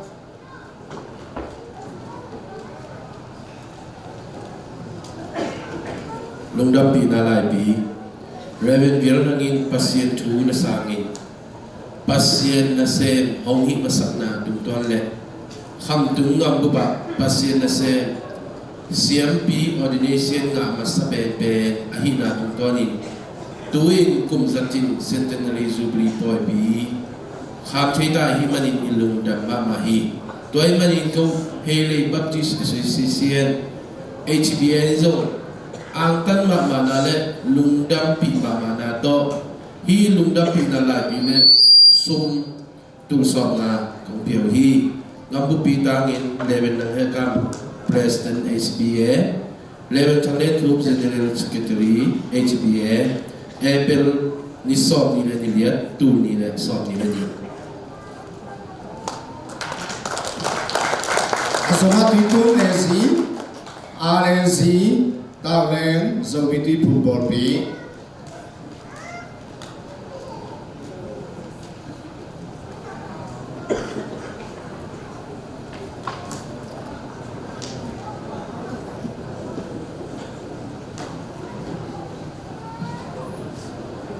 lungdam pina lagi zogam zogi semua khaba kum masale siam biza masaben level dia nan organization centenary jubilee po zatene ni ngun pam pia ibak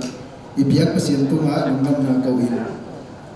igam iminam siam bi rupa ngi pathian na isebi pa tu ma zum lungdam na pula komin zatam na ibia hi centenary jubilee po nadi ngong bai wa kai te tunga ko tu itu mezi bol bi panin dungdam pi na lai bi kong biau hi upa zam khan khai level zam go pa e per som ni legiat tu ni som ni ni kebiasaan RNC tentang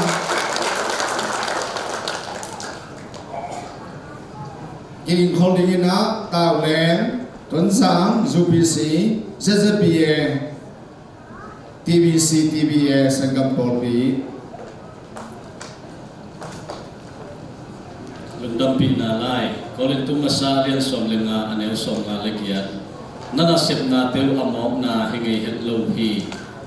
Reverend Vil nang Ordination Centenary Jubilee poya lungdam pi na lai pulak thik na nga tahit manun lungdam na konggat masaw hi pasyan tu thik na dingin thukong hong masa Reverend Vil nang kong pa to hi zata na kong piaw hi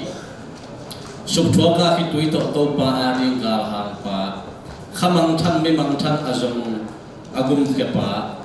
van kam lampi hong hil hong makai pa lei thu pha van thu pha nga nan lam hong pi pa tan lai pa te up na tu ni dong ahim sat pa ai te ta pasyan na sen siapa na hi na suam na kha ko kham that te na mapa na zom to ding hi hi thu hong pian hiat na avai hong khem pu zong za tam na pian kung pa to ru hi to pa min than na akhang in ki zong pai so ta hen zo ha len som len neu som ni le go kapa in kana ase mi te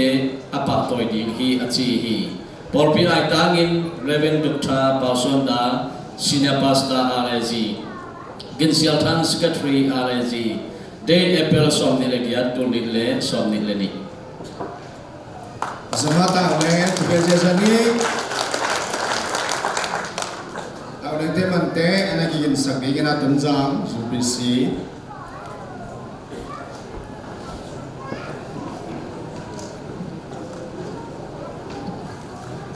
pa toy na le lung dam pi na reven bial nang sia o gal liam khaji gal kam na hi pasian hong e pi na jesu hong up khian na thu pha le kha siam tho to ki pol thei na thu pha zo gam le zo mi te tunga hong tun thei na ding in thu pha ong pi na hi sia o pasien na in na le khang son ta te na khol ron na hangin na thok khak sat na le im na lung kham na le mang ban na da na ka na le khi tui lon na te khem pe khang son ta te a ding in thu pha kong pi a hi siam pi thu pha do na in hi lung dam pi na lai hi lung dam pi na le pa toy na lai pi VOC Jubilee VMBC ton sang kong biao hi thu bol thu thu pha kong pi johan alien som aneu kwa bol pi ai tang in anoi ating ye Đào lên tìm một cái không bên trên sân đi số mắt cũng ra số PC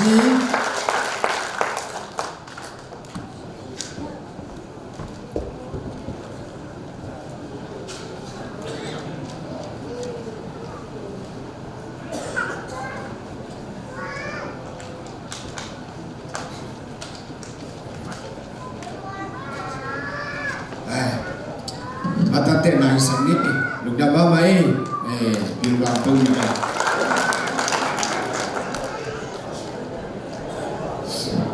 các trang in á asama rất bie pil vàng cái thế gì đã đến chơi ra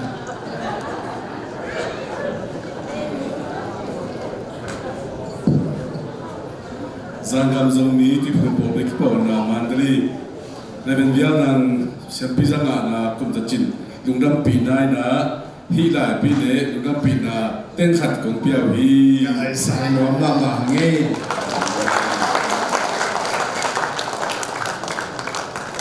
asama TBC TBA Singapore pi TBC TBA liai ơi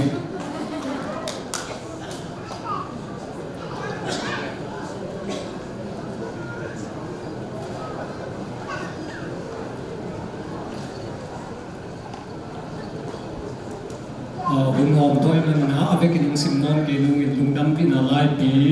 pi na zo kama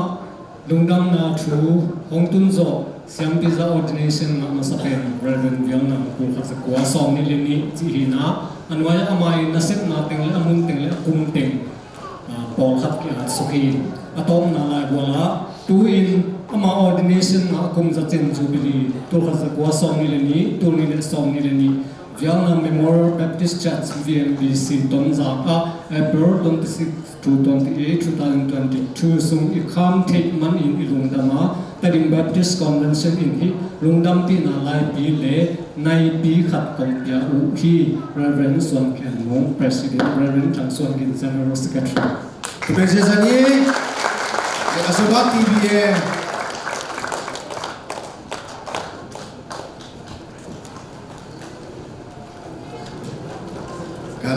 Kalau saya dia ơi. Cô đông thôi mà này na, cũng sim sẵn sẵn này. Anh căn bị na lai, Reverend Vian ngang putual neng ngai tele, pizel ngem halang te tapa, tuấn sang có mi bền, kham tung gam sunga anung ta, pasien tau te tau pa, kumpi pasien te pasienin. Ama nasem dingin siang pi vai pok apiak masak pen pa alam dang takin pasienin azat pa ahi manin minam bupiin yang tan pi ma hi to bana tun sang chong si Baptist Association in apa toy huai ang tan pi huai siang pi pa vai pok kiswat zokum zakat achin chapte na le pa toy nain mu thei vel thei hinnom na nga thei na ding vai lim chi puang bek lovin ong mor suapi pu Reverend Vian nang pasien le khasiang thu igama hong mang ton tung ta he chi in Chupa do komin dari Baptist Association panin ang tanpi na kong puakuhi ang tanpi na tuilong belkhat Reverend Suan Khen Mung President PBA Reverend Dong Khan Khop General Secretary PBA date April som nilagiat tu nile som nilani Lugdang mama hangin PBA tepe PBA panina tu kazakwale saksi lengai na blessing tu pabiang na ta kituan hi cik ni bit hingin zo pulau mampaki Sagapopi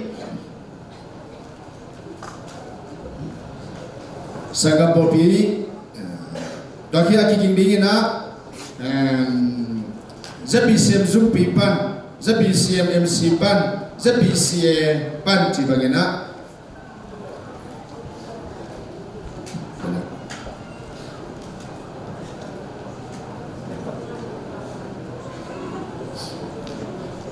Sangam Popi panina Lugdam pinala pipiang nahi Khudbe jasani ZBCM Zoom pipan MC ZBCA pan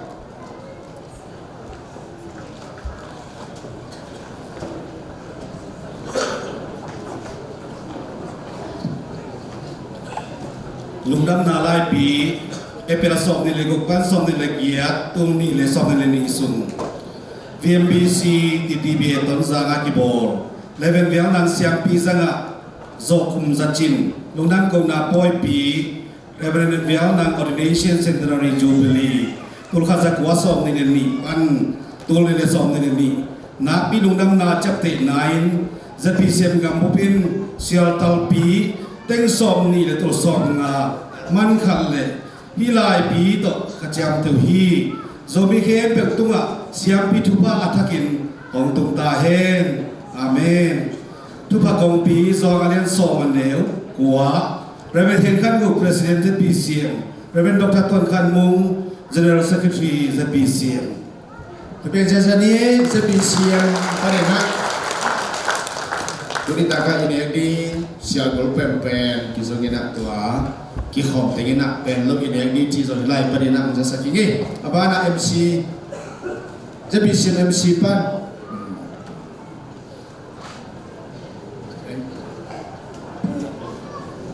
ZBCM Minister Council Ban Lundang Pina Lai Pi Zomitis nga tuipum siya siyang pia ordination nga masapen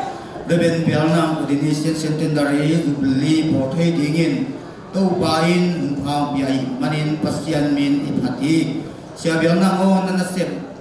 Lain Gente Takin Na Nasema Gilkial Dangta Hor Kian Natuang Nate Hangin Tuin Aga Lim Jitampi Ontahi Siya Bialnang O Norkin Pang Pai Natuang Na Mite In Tuin Muntupi suak dahi namaban akang-akangin kizom tinga pasyan let minam aringin nababan kazom to dihi hi BOC Jubilee pian thei na dingin abai pom TTBL let sumlet ato ama pangkhe pyo to ba in pang pia hen ZBCM Minister Council in zone hi Jubilee Lundang Pina in Biyu khat chat teng nga le tu som ni le tu ngaman khan le ZBCM MC khat chang tu nga le ordination nga sa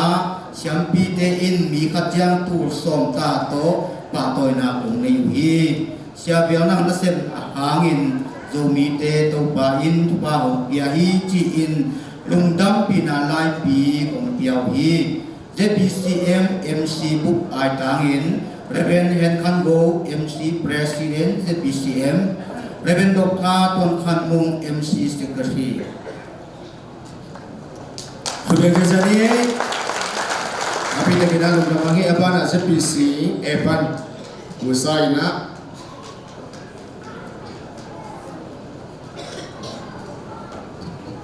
ni aki zomi nang sinning ZBC epan ina zomi Baptist Churches of America Lungdam Pina Lai Pi Vietnam Ordination Centenary Jubilee Board Trading Chiang Din Muna Hong Pi To Pain Mintana La Masata Hen zomi te laka tuipum sia siam pizza odin ngama sapen Reverend Vialnang atena in puazana nambatana oksi yen set pi topan hong put sahi nina VOCB in pi khat topan topain hong lam sahi tumna topa tupakong pi hoi mama khat topain hong bol sahi lina huang khem pe kulto hong sahi ite khem pe pi chiangin topa in anasim pa amang ilong na le tupa aso asana imit mama in hong sahi chin igai su chiangin lungdam na kituile kituite ki kham zo lo hi topan ZPCA tuntonin oxygen plant ading abe khem pe dollar tengkhat kim le VOCB in PRing dollar tulsom ong ki helsa manin jong ZPCA gambu artan na kong pula mu hi tua hi a Vialnang Ordination Centenary Jubilee VOCC in zomite pasian tu a kipung khara ki nale Jubilee tupa nam kim in hong pungku ta hen amen. Reverend Vialnang tupa hangin leitung bupa zomite ongkit tenahi chin ZPCA kampupin lungdap pinalai pi kong gelwihi ZPCA kampup ai tangin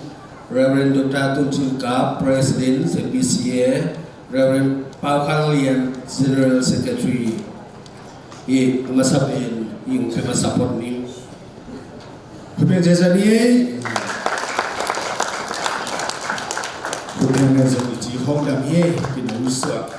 wal khat khau ki bong khat he tuan Celina CBC Chin Baptist Convention Parinawa lai kha len lungdam pina japi damat ben kumpi luaci lai pi ina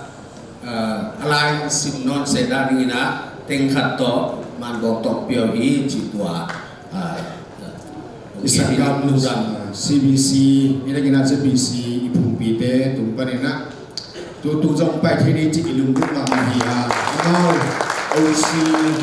tu kim meeting to to khawa hi manina pai thelo hi chi zo mi bi thi dingin athikin ang pulang mombe ing aki gi khol lai dingin na CSC EBC tanzang ya SDA conference gambuk Zayonezi SDBA to tengah kisah samjat zani ada lagi piang na ZSC pani nah ini EBC tanzang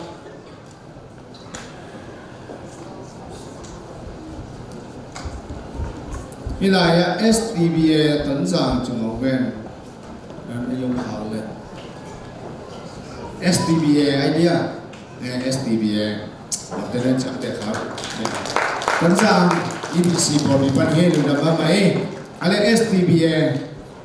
tedim wensa go pesua tanzang na jiwe changa na sapati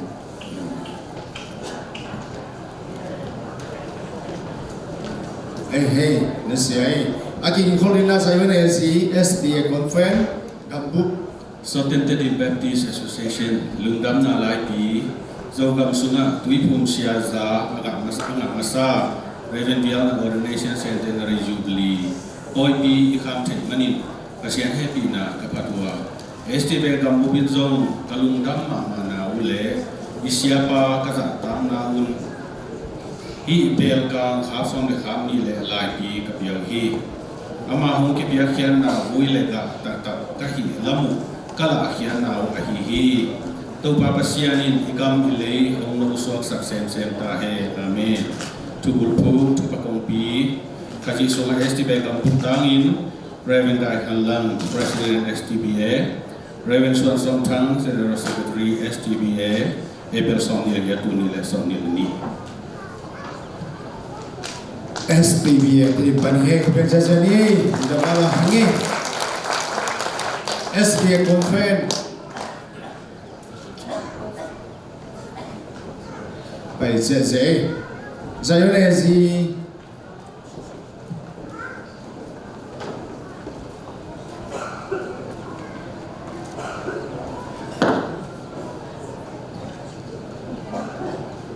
Patoy nalati Reven biar nangin lo kibiak nanu sel pri hopa sana angin upite asang gambule na te no hinna go sian na te tuam matre an ta na be dong pasien au na leng ki na ta hi zo suan ta te sum parin kham tum bu pa siam pizza nga ma sa pe pa chin hong ki chiam te pang na in tui phum siam pizza na na kum ja chin po sunga Myanmar Union Conference of Seventh-day Adventist in Topa Minto il patona la pi lungdam pi na to kong piao hi pen gambu SD conference min to chen na ya tunza SD conference min to na khem pa piang sak to pa pasien tunga chitang na le na len pi to amana se ma lungdam na thua ko ba lung tan ke pa le ko ba kong pi abong zo mi su pan ordination na ma sa pen Reven bial nang tung sian mana zat tang na le mo na thuin bial pi sunga amang thang kha te adi bin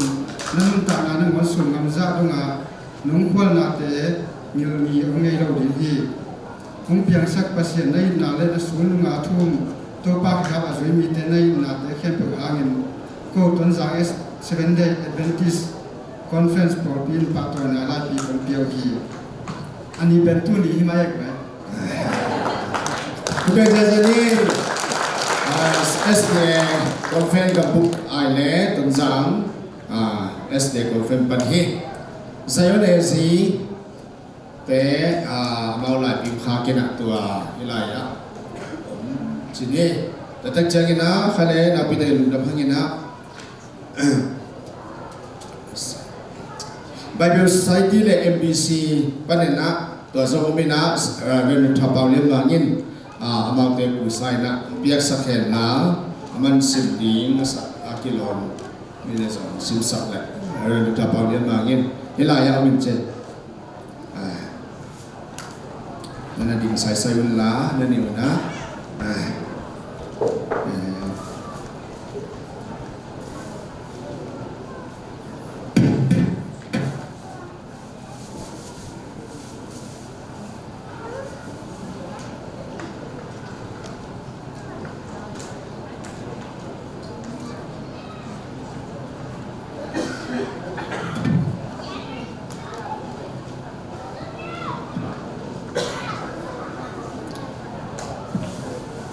Ami manai ngani cing piang tinjuk Cina undam Cina lagi Reverend nang tunde segala soal untuk kata kosong bu.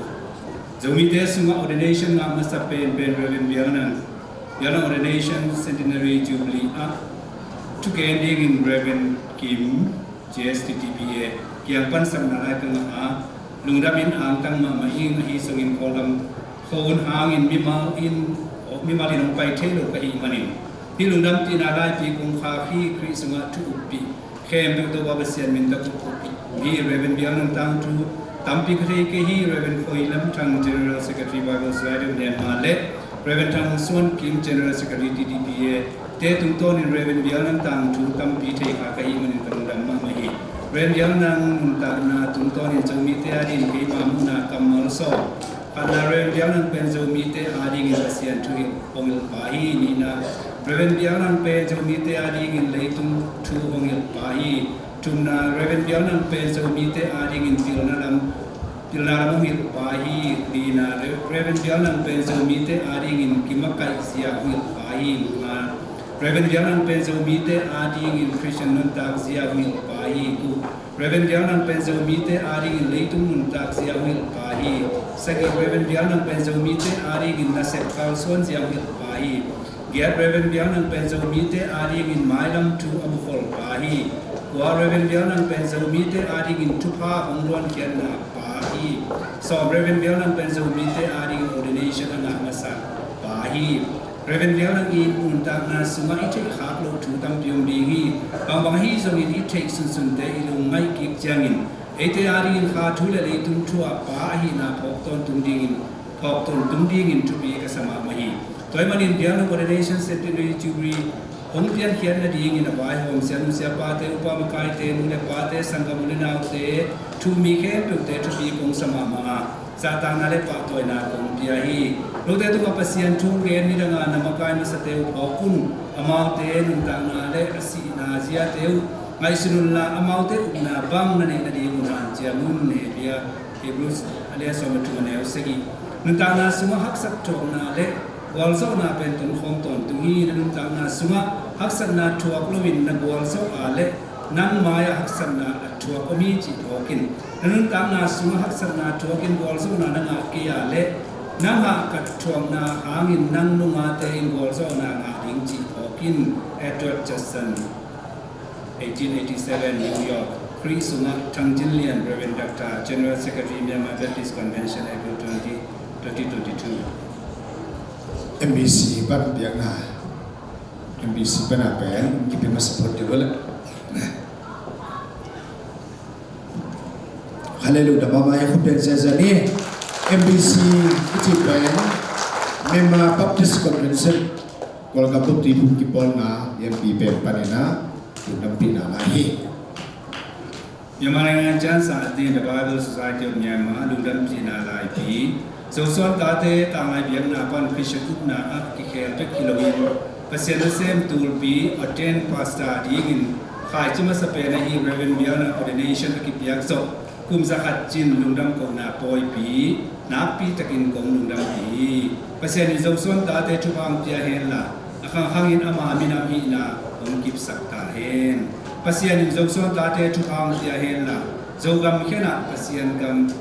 akek zodi ngin hong siang ta hen pasian in zong ta te chupang pia hen la pasian sathau ni pasian mizat ama na sem tampi hong pian sakta hen de sang na lian pi to Reverend Koilam Tang General Secretary The Bible Society of Myanmar 15 April 2022 Lu namongi kubir jazani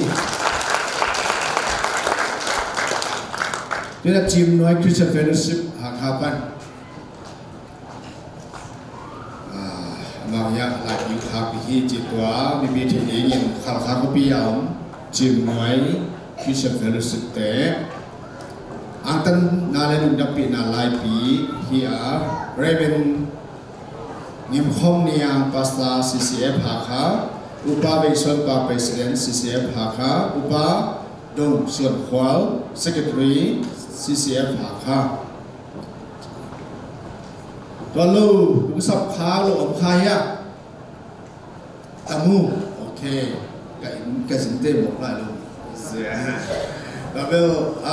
atom này hin sim sang nhiều nhiều nghe ông lại okay tom này lâu chân sim ngon đậm TVBA tamu panina lungdam pina hilai pile chặt tinh Kampubai Tangin President Reverend Led Khoswan General Secretary Reverend Hui Khanpo. Okay. Yes, Mr. Green, saya ya. Nabi dah lupa ni ada ngomlai. Obi kalai sai KVBA. Jika bukan buat ini. KVBA le KVBCA betul nama. Kelihatan ini cingkri yang tercer. Reverend Vial na Ordination Centenary VOC.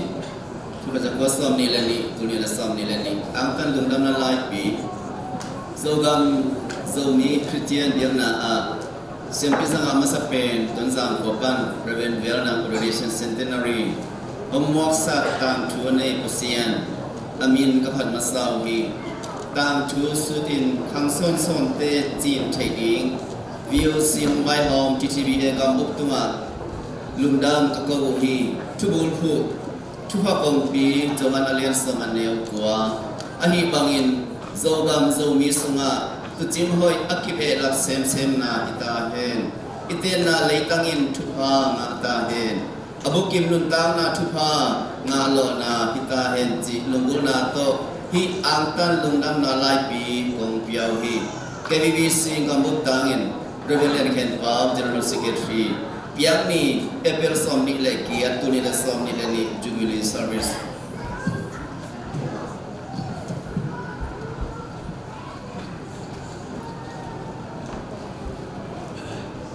kali ni ching khia khoi kali valley Baptist Association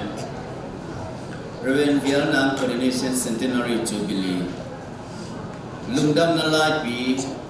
tul khat zakier som kole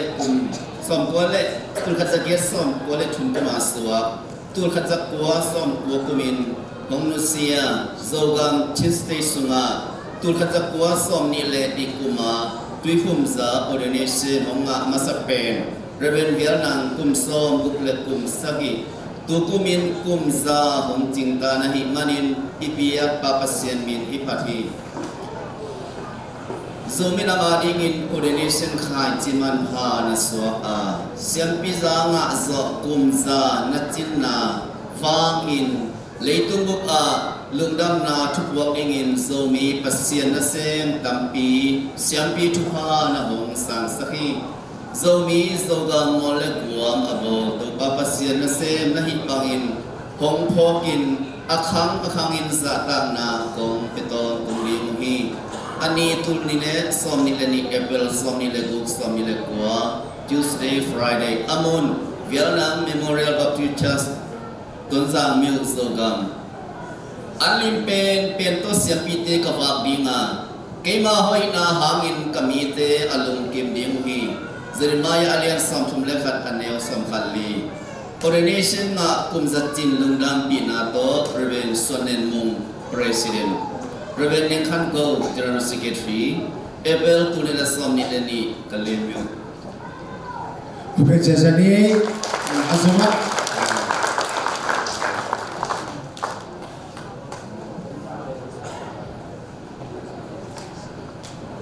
Tuấn Giang section pama ok lại bị biang na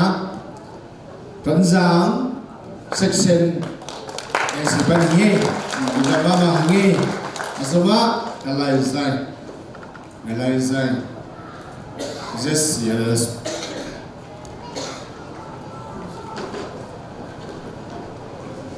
Alai bị tung bay vậy như bên mẹ tham gia trong đam go bang hinna Reverend Vietnam Coordination Centenary lungdam bina ngai te be how to kia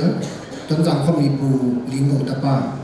to ka zakwa le yat kumin ton jang khom pung piluya aki tui pu treason chona hangin khopwa aki den sak som ni to ka zakwa som ni le ni kumin jogam lo pa ordination aki pia ma sape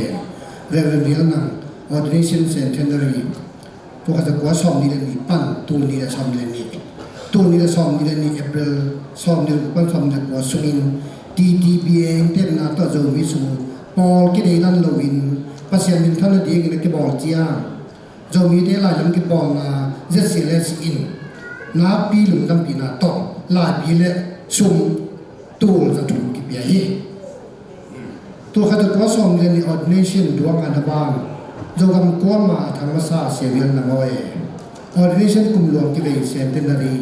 lam to ka yu siao na lao khai nong zo ve ro kapain kana se mi te pa toy di ni zo la len som le ni ne som le ku ZCLS pani kupejazani ne ale bara Northern Coordination Baptist Association NKVBA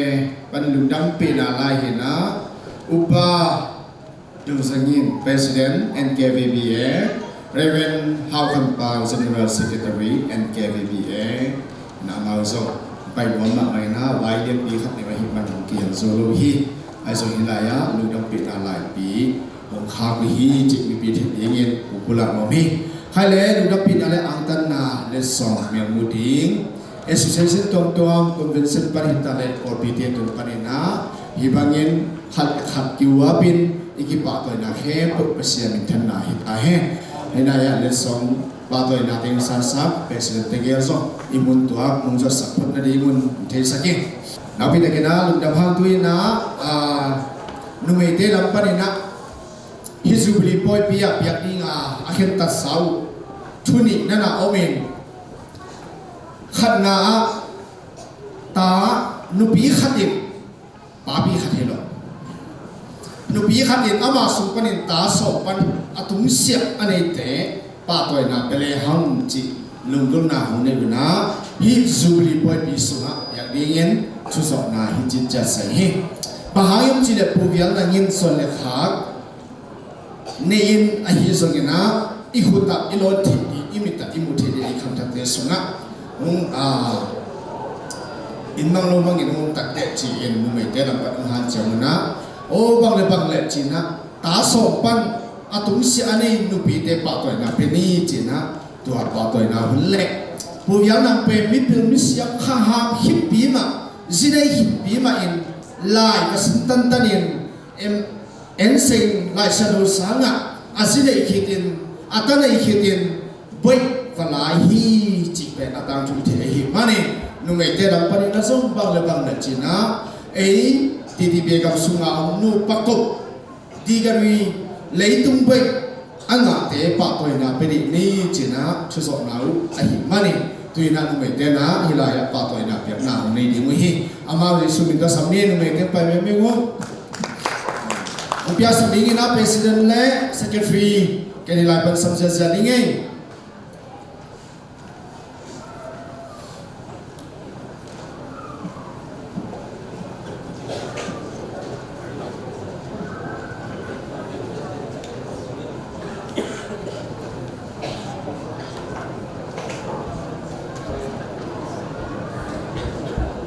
Women President nu semalam boy ki khomya kale payo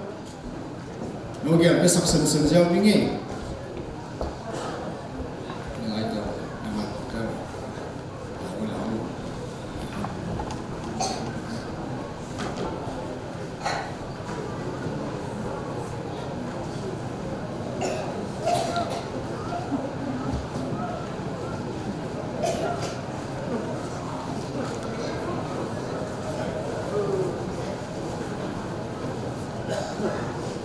no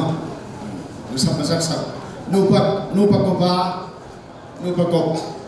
nu pakop to kisai benga te akhan na sia thangun khai tuitu siama ni ngai huai aum te kele ku sang pa mo khana nu pakopa digari leitung bek digari anga te hi sia thangun khai le siama ni ngai huai tuitu pan ani na sia zamdo pau le siama man khadim sai pi muang ki zo pau ku sap sak sak pai wo video zaite camera te na atoi toi na hulu ne na zai sakun athumna asia kin khen thang siama thang wan ngai ton sa sia kin khen thang te no pa alina sia nang swan kim siama ngin labdim sanang swan kim tua pe sia kin khen thang azoma sia nang swan kim te no pa ngin labdim ton sa sia nang khen zam le siama man go jing sa khen zam te no pa azoma ki king sakun wa kitak changna siam mang khosai le siama man lun wa ma nang swan kim te no pa le changna azoma sia khen zam sia nang khen zam le siama man go jing azoma sia mang khosai le siama lun wa ma ki king sakun azoma dokta thang swan khai le siama chin khom lu ngki zo pa sia sawo dokta thang sia khai te no pa ba thong chin ma le nu nem lu ching te no pa ba chin khen ma le nu kham lun ching te no pa sawan pa si hi thong chin ma le nem lu ching te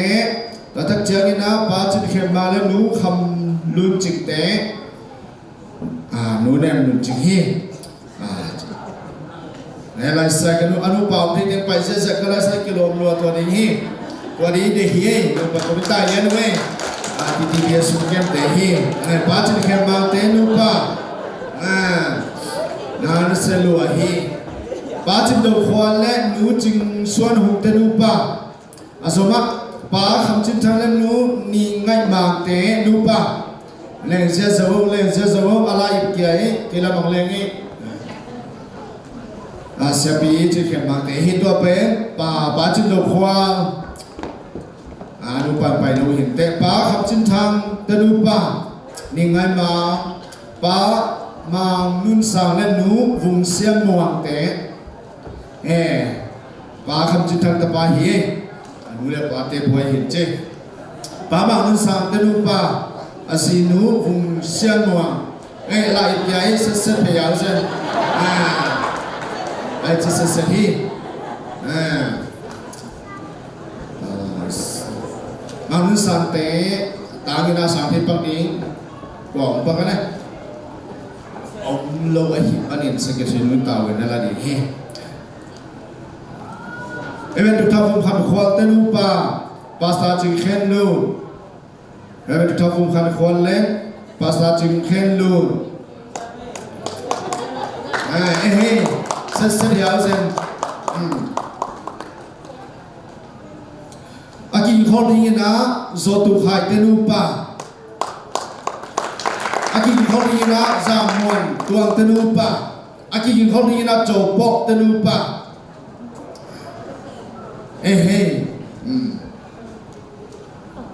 ตัวแผนโซตุคาย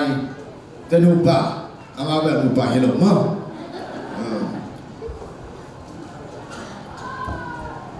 อะไรอาสมาสามุนตัวเตนุปะปะปีเป็กปันฮีอาสมาปาโจโปเตนุปะแล้วตัดเชียกินะasoma pasado sia thang tenu pa song ke mo ve mo na chopote asuk no hi vùng doi lu no ma sapinu kala sai se thang pi tenu pa mo ve le kala sai ko pi mo se ni kala sai asoma ko na ri yam chi le re ben thang suat kim le nu chi sa de tenu pa sanu zong ding yeno ko ben to mo sa ni sa thang pita nu pa hi ke lang pa sa thang pi phong in man hiam khale che na mung sab halo am dem thai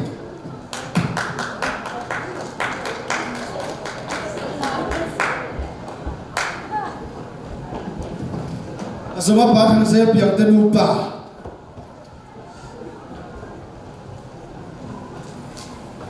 dẹp biang té tám đi dẹp biang tên upa wa apang pai ta nang num dang ta pa hie thang dẹp biang ila ya na ki koi phel sal mai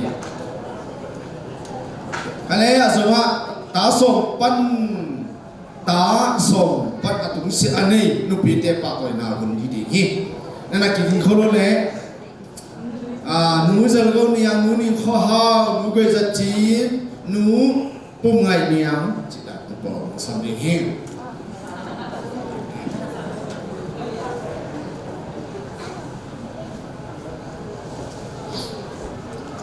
bang le ya sa khale sapa sa ni le ta som pan atu sa ni te nu nga po na ngap yung hiam nangap kêu là này kêu anh ngap kita lu bang ye amasala nu jinon ke ning ping jinin pizal go nia vmc ton za pizal go nia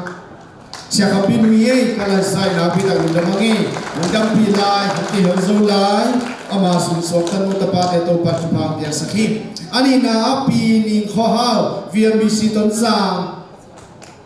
ning kho ha athum na pi goi sa chin ya ta bi chang nu ni kho ha athum na pi goi sa chin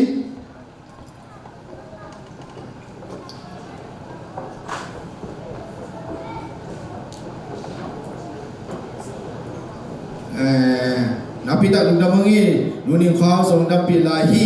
nu pi goi sa chin zong dam pi lai na hi lai ya mang kia solo yin ang tang pi pum ngai niang pi neng suan niang pi nian do niang pi ching khan noa pi pum ngai niang tang ina hi lai ya mong nu man san sakhi pi pum ngai niang zong adam lai hi pi neng suan niang cái sai abu te pi ve mo ve tua ipa to inu te pe adam lai nu te hi mo adam lai nu te hi chi tua kena so mi pi the dingin ong pula ngomi pi nian do niang pai tai pi ching khan noa pi mul khochin azoma pi ching khan noa azoma pi mul khochin azoma pi ching ngai vung azoma pi vung en ha pi ching khan noa ai tang hi in pi ching khan noa dam lai na tu lai tak lu nga ken lam phek tak pai the lo hi ta tak chang na hi la ya ai ATDB piara nu hi tu ape mo panang si hi asum kia exai lo hi pi mul khochin pi ching ngai vung pi vung en ha kalai sa pi vung en ha tang hi asoma pi vung khan nuam pa pi pan pi ching khan go pa pi niang go ni tao leng ki som sia sa ding hi ka sia piang nu hi na hi ke vung khan nuam pa pi ching khan go sia piang nu và bị bắt pi niang go ni tao le cái có là cũng sắp được tài ra rồi lẽ tao le pa na pi niang go ni chín ngại nuông chừng khăn lử chín khổ mà tao le pa đi về hi galai sai wala ya kwa ya mo sia la na sum mo na nu mo harung tai chang chang ấy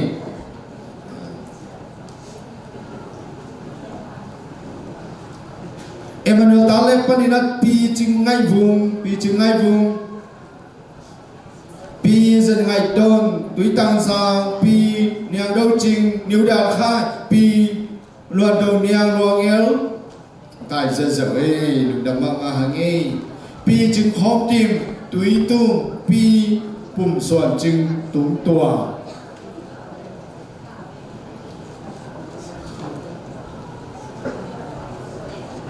chính khó mà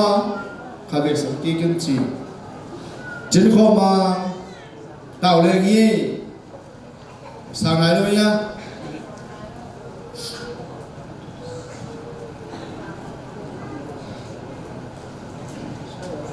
thì tăng giảm phải khiêm mơ nếu đạt khai sa khai thế nào nếu đạt khai mơ cả lời sai nên vui à luang irpan luan dunia tùy tumpan chừng họ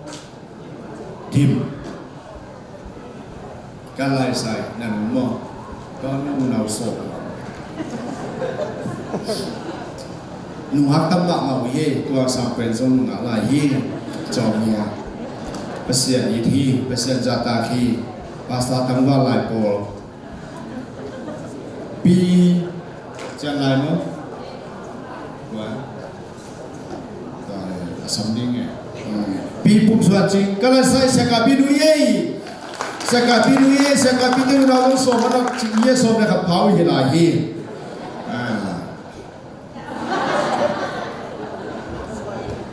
alai học tế cái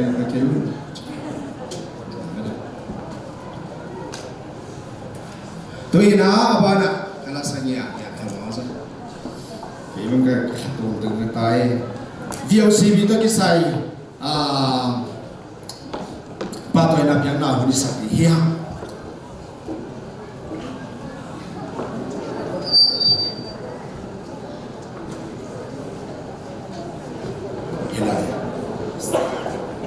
kali tu ina VOC bi farm zong sa ni so ni tum sak la khang tui lu tui to a go la dai la ka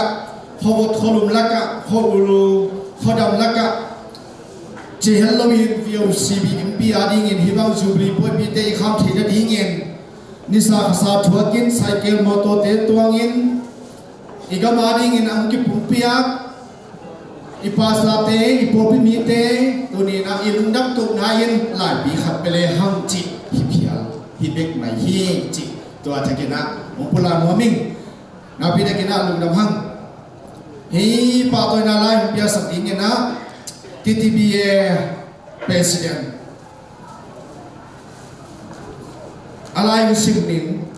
Tanzang Thompson Baptist Association Tanzang Community Korea Pue Patoy na lai Tanzang Gam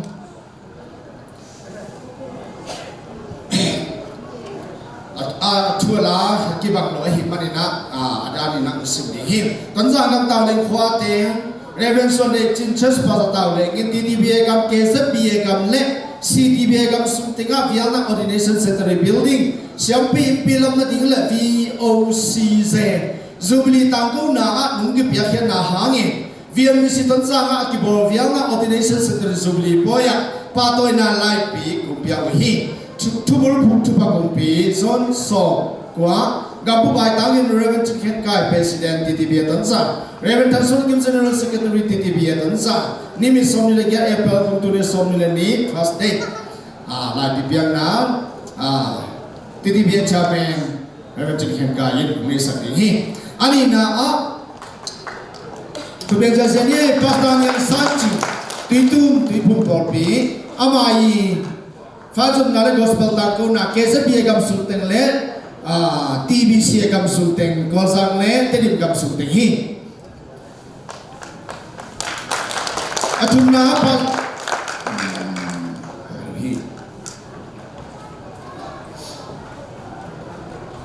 Pastor Chilam Lu Amai Building Funds of Nale Zubitangko na TTBA Gam Sunghi Pastor Chilam Lu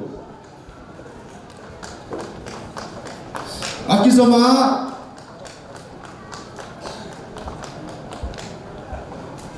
Liamang Shen Huai VMBC Tanzang Hina HBA Gam Sumtinga Fansom Nale Zubitangko na Ungki Biakyan na hangin Lugdam na Patoy na Lai Pi Biahi Mang Shen Huai Azuma Reven Nang Khamgin Huai Pi Nau na Panang Lengin la Mungtun Tak Jiangin na Sekai Pimperi Nga Azuma Reven Nang Khamgin Mission Lesut Secretary Ama Fansom na Pen Kesat BA Gam Sumtingi Reven Nang Khamgin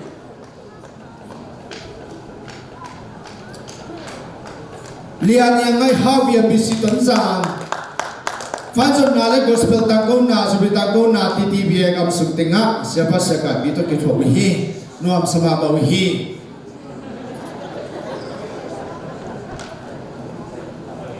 Umpai hi Umpai lai tak hi Azuma Pastor Lian Setang Tubel Reven ngai na Fansom Lai Bel Reven Niloi Temo Pastor Lian Setang CTBA Tikagam Sumtinga Pasiamin Patina Gospel Tangko in Paipi Siapa hi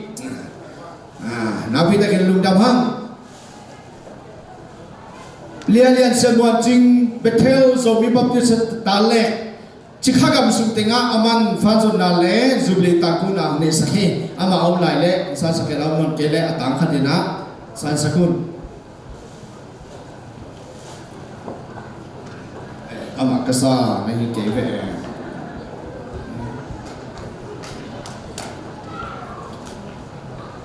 Reven Thakakam Church Pastor Morpi TTBA Gam Le HBA Gam Sumtinga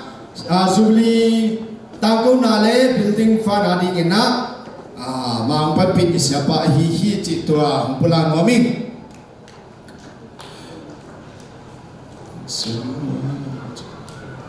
Kau yang kim di kecil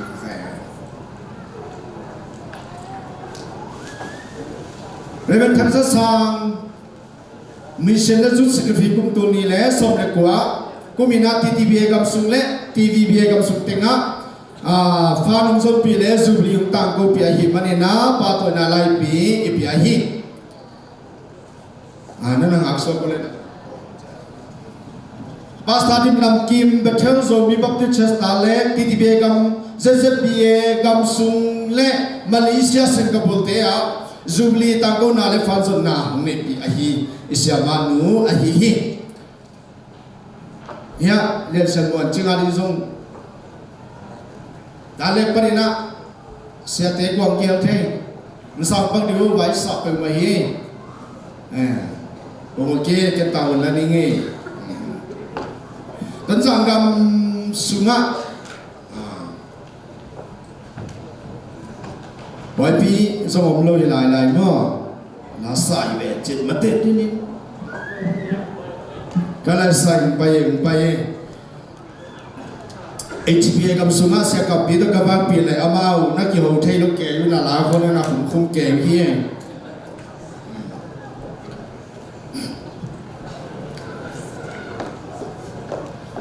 Azoma Zues Gamen Dr.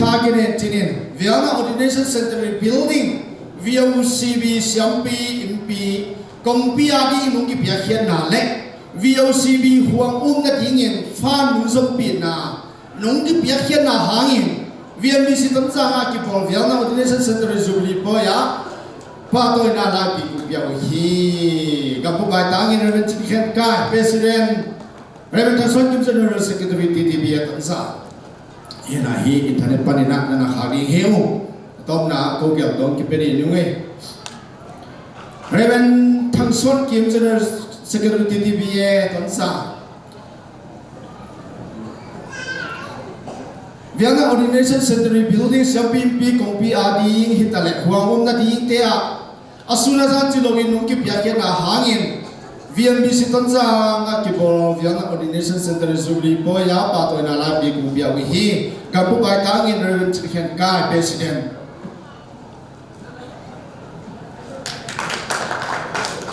Napita kina alungam hiha Kata kita jangin na Tanzang Gam tung tuang fuate Reverend Chicken Kai President TTBA Gam Fanzon na le gospel tangko na TTBA Gam le TTBA gam tamu gam TBC gam suntinga Jubilee tangko nale building fund zongin mungkin pihaknya na hangin pato na labi kupiawi he gam bubai tangin General Secretary Reverend Tanson Kim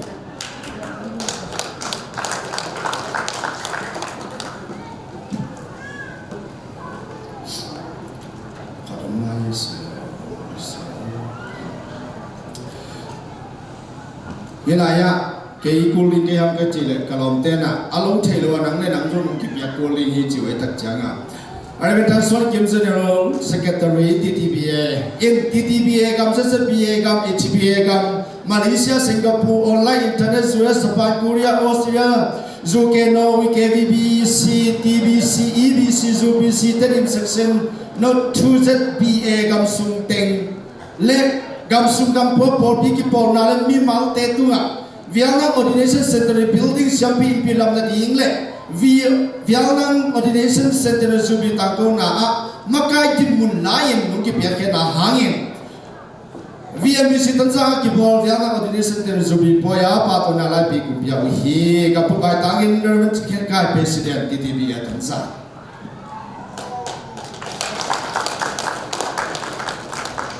Ale na pita kina lundam ha hi ikipa to na te hi le leitung adi hiya isabi bol na kem to hi le pasiam min thana to pa na so sakta hen pa to na lundam pina ke ku makai na ting to ting sak ni na pita kina lundam Faile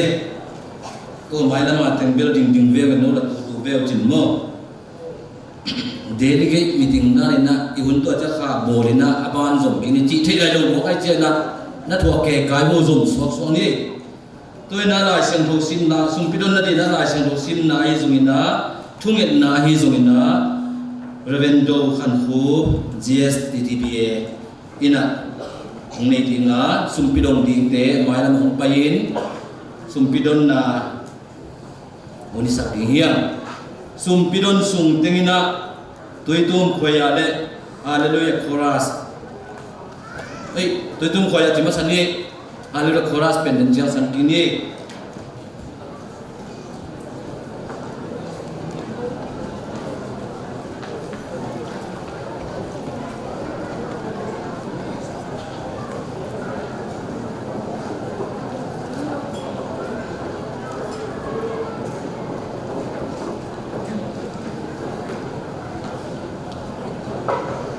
lai sim to sim na ni sun ko wa lai ting ke yong sol pa na isem ding hi ko mai na accept thei lo zan hun zong hong tung ding hi to pa na sep na ding ina iken sung pi te ikuda to ina sumak na ni anung ta tong bia ku wang lian to pa pasian zogama ding in kapu Reverend Vial nang manasip na sunga siampi za anga zo kum zakat chin na phok na jubilee poite khamina nang mamin to phat na biak biak na te hitale nang ading in ke biak khian na biak biak na te taupan hi chiang ong karson pin chu pa nung biak manin natunga lungdam chu ko min na he pinang phat masa hi ong to babasian tulai takina nang ma ki biak khian na le adiak dia kena kapu Reverend Vial nang anun ta lai takina akhama ma anun ta naik hang tuhun chiang ina akhuma ma anun ta na to ong bel hei sakin ong ki biak khian na chu pa te zilin nang ma na sep na dingin kong biak khia tu ka khut sung wa ka to yu hi sung bi te tau panang man asyang chanam tuinong san sakin la ong pe khia khut le ban te tau pan chu pa bia ina mimal kim tunga na he pina chu pa nung tun sang na di anung ta sai sumin suangin na kusian tu sunga a pin chunge nung kong biak ku valian to babasian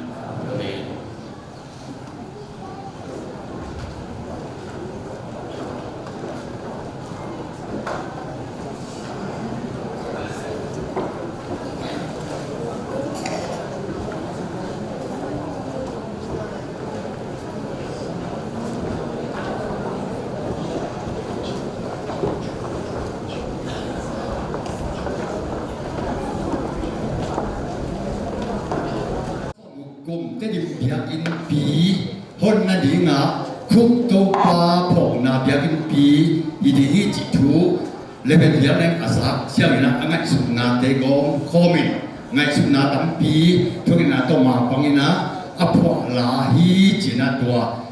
satan na to tua biak in ko hon na apho la ong sanu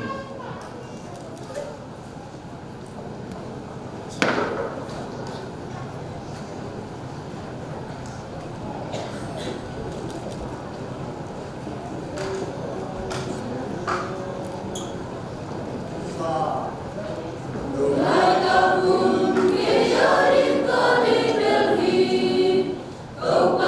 subscribe cho kênh Ghiền Mì Gõ để không bỏ lỡ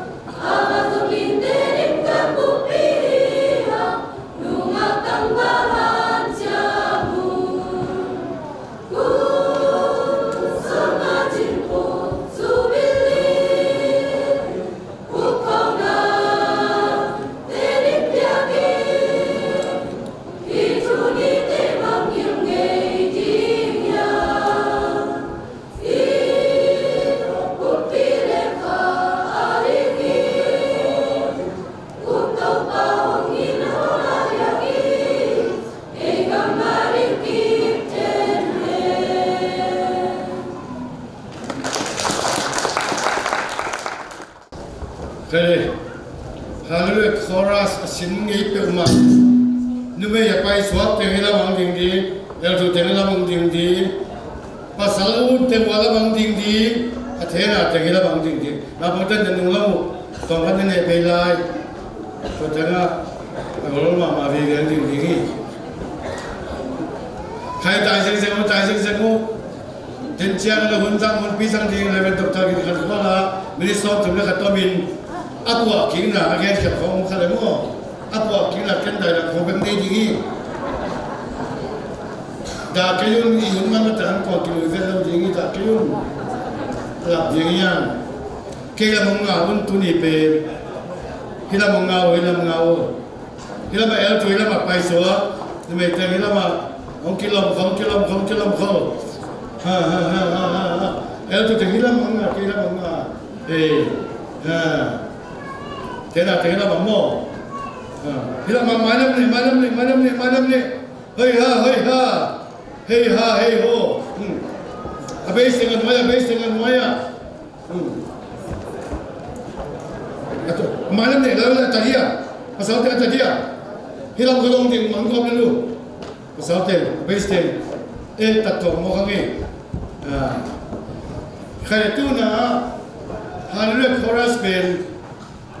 Asang iteng hula, cina asang iteng. Hei, kuah hula, tengtingu. Asang iteng.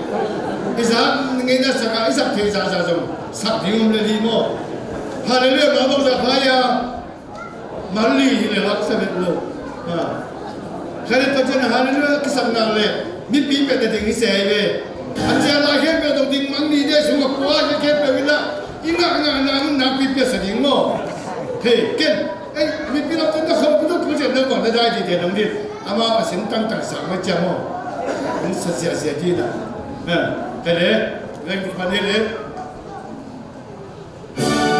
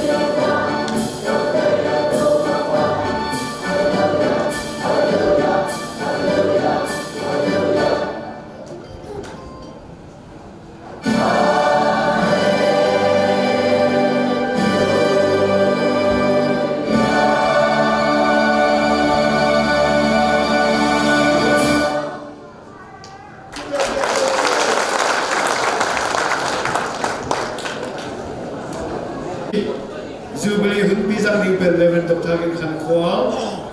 consultant je bi siapa kisah ini na ama awai te lo dia kicet pandang ciangin komite na ke ong set na aman awai te ki bel te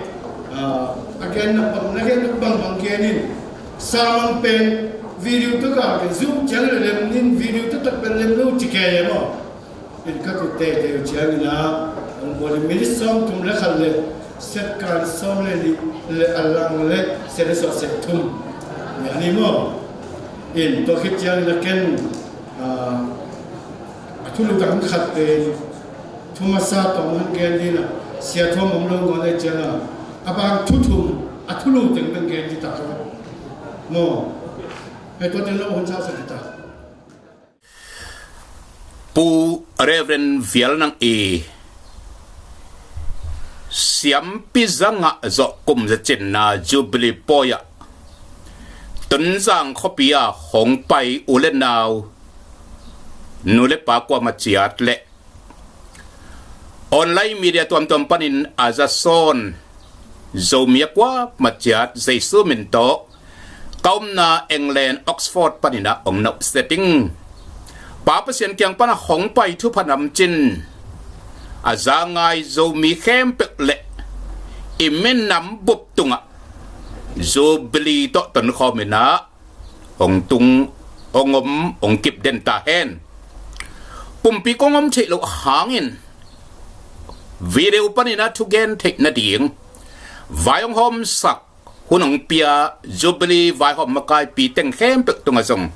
lungdam na lian pi koving Jubilee thubul phu hi lungdam na Johan alian som aneu kwa thupa kong pi chi sik sanin tua ma to kizoi ton le be lap tingin lungdam na Johan alian khat aneu nga ong sim no ming to pa kambal ngai ning John alian khat aneu nga tua khowak pen khomyal lakata a khomyal in tua khowak azo ke hing tua khowak pen khomyal lakata a khomyal in tua khowak azo ke hing tua khowak pen khomyal lakata a khomyal in tua khowak azo ke hi pasien ini simhiat akamal le Jubilee thubul phu zon alian so maneu kwa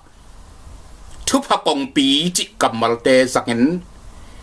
mekim attack na thupa ong pia hen la amamin than na dekin ikha ilung sim inun tak na puak phat na to pa thupa luan na kamal te ong hisak ta hen tua khowak kin khomyal lakata a khomyalin tua khowak a zo ke hi achi ngeu pen ei te dingin tua khowakin ton sang khwa kadang kwa ma tak a khomyalin tua khowak a zo ke hi tua khowakin ton sang khopi kadang kwa ma tang a khomyalin tua khowak a zo ke hi chikin la in sim nuam hang Amerika tui phum kipol na panin lung tang le nun tak na aki a pasian nasem khomyal la ka khowa katang sak dinga zo kama dinga hongkwan masa pen Reverend Arthur Carson le azi Laura Carson te kum tul le zagiat le som kwa le kwa mat kha ni som le ninga ni in khal kha ong tung a atun waki panina khosa in gophiat lungdam na thu ton tung nun tak na thu khowa khai chi tu a hiang atu masak naw khal kha kam kwa ma polo se hi tua kom kal a Dr. East aci te akipana tuam te hong tun bein กุมลีซุงขวาคายจีขัลขาฟลามกวามะกินอกินกิตุหิมะตะเสเลปูโลอาตูลขัดจักวาเลทุมกุมเอโปรคาอินตนสังขวาอีกองปีลุยอะกองเขามีปูดำหูเปลอันนาวปูหนึ่งทองเตอูนาวอินสังมังเตวันปัวอาอนุอาสุนาปรินลัมเปียฟิลิปและอิธิโอเปียอุเลียนปักกิโฮมาบัดอักกิโฮโฮนาปนุนเยซูขจิกุมปาเลโตปันเนสามอินตนจังเขาปีกงปีลุยตูเลจักวาเลทุมกุบเอโปรคาอินปูดำขุบและปูหนึ่งทองสังมังเต้นนัดดุยภูมิเจ้ากำเลยตั้งปเลตวะปนินะจีขาปางมวลดงเลยตั้งเจ้ากำเข้มตกละกะ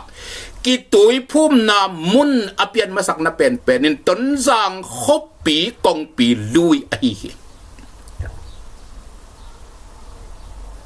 ปูดำขบเต้านาวกำเสียนนาตตอมเวนันงตลุไอมันตั้งถูตัวปันกิจมสวกเทลฟินตูลขัดจักวาเลลีกุมเอโปรข้าตักเจียงเห็นข้อสักหัวปันินะปูถ่วมหางเละปูเป่าสวนข้อสักข้อตะลุยอากอมลุยนักกิตุยภูอินอามาเตโตโจกำตามถูตัวนี้เจียงตงสูตรอิกิปัตนีตูลขัดจักวาเลงากุมตักเจียงเห็นฟลามกำบัวหัวปันินะปูจงคำเยซูขจิกุมไปนันสากินตปีโดนันสวกิตูลขจักวาเลสักกุมตักเจียงเห็นขัลขกัมปันินะปูเชียโคตปีโดนันสวกแล้วตูลขจักวาเลเกียรกุมตักเจียงเห็นต้นจังคมมีสิทธิ์เซตอหิปูเวียลนังเยซูขจิกุมไปเลตัวปันกษาจีอินกองปีลุยมานักกิตุยพุ่มเงียวหิงปูเวียนังตะปีโดอาสวาโซอาสอดละลมลฟินตัวขุนลายอาทูเลละล้วนเสียจุยอินกระดางกัวมาอมะกวักอาจีโตนันเตงสักกระดางกัวมิจิเป็นตัวขุนลายตะกินฮะจิกปีนงลักขีอินสิงเละเราปากเงียมเกี่ยวแหกเตะวมดิบเดเป็นอมนาหินะขังลุยเต้นตัวคนลายันกระดางกัวมาสูนตั้งปีนังอนินดุมเดเตเกี่ยวฮีจีจ่าดกินสูนินอาจิงซานินอาจิงสกันลายกระดางกัวมาโดยเลกาวินอาเปะเลเป็ดลุมแหนละอันเนกเลในลุมแหนอนุนตากเลลาพาจีอินอนักกิโกอีอาตัวบังไม่นะอาจิปีซีอินอาตาเตเต็งจงซีอินเรเวนเวียลนังนิจิหมอกเป็นเลยตรงตักสะทุอะอินมังกำลัวอดีกอมโลฮิคิวเก็บเซนฮิอาจิกิปีดอนขมันโตตาเละตูในโซลวูอาจิมาซาโตอาตาเต็งละสิกินินอาจิมาซาจงหวยลายมันนินอากำลัวดิ่งเต้นทูเล่ลาองค์กุมองค์กุมนะปูไงเตนทุสยามนาตักโตขจิเจสุหากินกระเป๋ากระปูเฟียลนังอีกำเป็นTTBA อินลัวตาเฮนจีนลุงกิมตักกัน TTBA องเป็งอยู่ฮีปูเวียลนังเงินส่วนเละขากในเราเป็นกำลัวดิ้งนังอนในโลขบินเอาหน้าปนินเจสุขจิขากเงินเบียกนักกิปอลนา TTBA อากำกิลัวอาสีเลสัตว์ส่วนเละขากอันในโลหางอินขาทัวส่วนเล็กขักตั้มปิตักอันในเรเวนเวียลนังอหิโซลตากเลียนเป็นขัตอิงัดสุดโปลินทรงจีนังอนในเราเป็นส่วนเล็กขักในเราฮี ayang Paul ipu sa Paul pitam pitakle amat kha nun tak ton tung nanga bangza phat yung cha kisim zo lo khopin ama hun lai Mediterranean tui pikim tua kwam leitung bup azer Paul hi tedim gam ton zang gam khang lui ten pu kam hau gam achi na tek a Jesu khazi hang in kha pa ahi po fial nang tak sa thua suan de khak nei lo kha thua suan de khak tam pi tak anei ai thuai le aza ta khoi ma po fial nang hi en pakleng ming tul wal tui phumin nu pakop zathum wal kiteng sak chi mok pen khan khata tikin alam dang pasien wang let na Reverend Vial nang tung tonin akilang hi hi asile si hen ei khudlum hi kei pe le chin tua khun la ya thunei ten doi le kaw ko wang kam wang chi phial mok ting kadang kwam sun tang pia dum del te kiau laka jingeu ngeu mial khip laka aten sak ai bang bain suan le khak nei zo lo khopin zile ta khoi in mei gon taga tui nap tui to akidim khom mial kadang kwa ma Jesu khasi khofak atang sak pu fial nang ahi ha thu tampi takte dente igen lai ding a hi hun la yin kadang kwam pen tua za dong a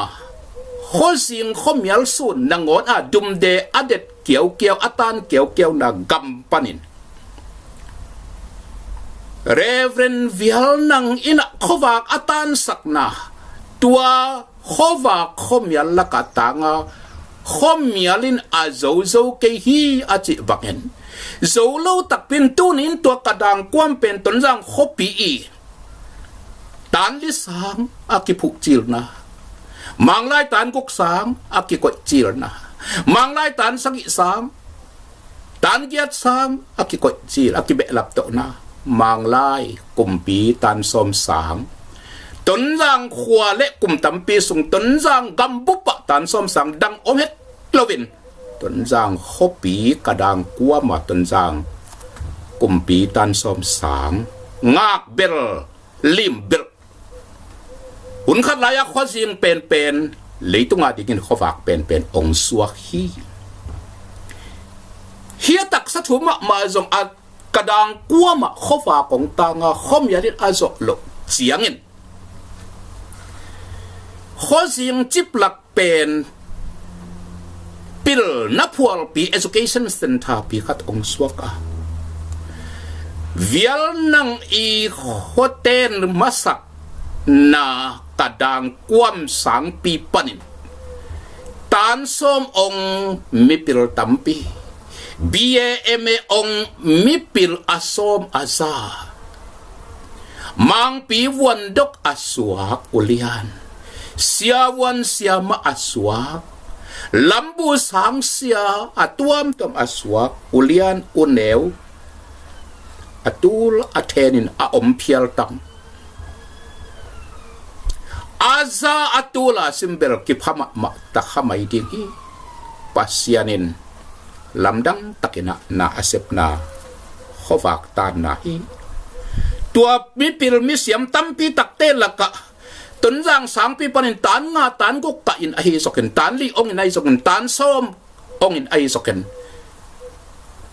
leitunga lai tan sang pena in PhD ichi dong asin ka phok pak pakena tunjang sang pi kadang kwam i thupa Dr. Pumang Chin Hau te ahi soken Dr. Chin Do Kham te ai soken Dr. Lian Zakhop te ai soken kei jong ong kisim leng gin khan khwal chite PhD hul siu seu jong alia nga bang a om ka phok vat oma tua lo jong tam pi tak mi pil mi siap om lai khadi hi toy manin kadang kwa mo khomial na hingeya tuin khowak na hi bangang yam chile Reverend Vial na in tua khosing laka khomial laka na tang in tuni in pil na pual pi ong suaka nang sung panin akang hiya mi tampi takte in BA, MA, BSc, MSc le PhD te nangon nga in leitung thu van tung thua pasien de mi pi muan tampi tak apian hiat na kadang khova nahi tua bana hi kadang kuam reven vial nang tung tonin biak na lam kha thu lama khova le kha thu aswana khak tom no chicken sut suk pak le reven kam khothang pang apas pusim tung nung le reven vial nang ki hovin kam khothang katapa naan huan dingin ongom sak ningin sangka sakin nang napat tain achi chiang hen reven kam khothang en tan nga tan kuk reven vial nang i an huan asep komin ton sang khopi kadang kwam parin zofa tua pan lai siang tho sangka in izo lai siang tho abubup ya ong tei sakpa adiak terim kampau zo mi ten ai kele zo mi pupin ipa a ingak masak pen khati reverend kam khotham vial nang tap kuala an huan a lai sip a vial nang patta sa ai to chiang na Dr. Simon Pau khanen apa pu kin zathang reverend vial nang i patta sa tapido aswak masapol khati ina Dr. En no bang tunjang mi lua kisa Japan gal lai taka gal tai sung a tunjang gam luang kwal likeya aswak kahi chin ken ngi a Dr. Pau khanen ich ZBC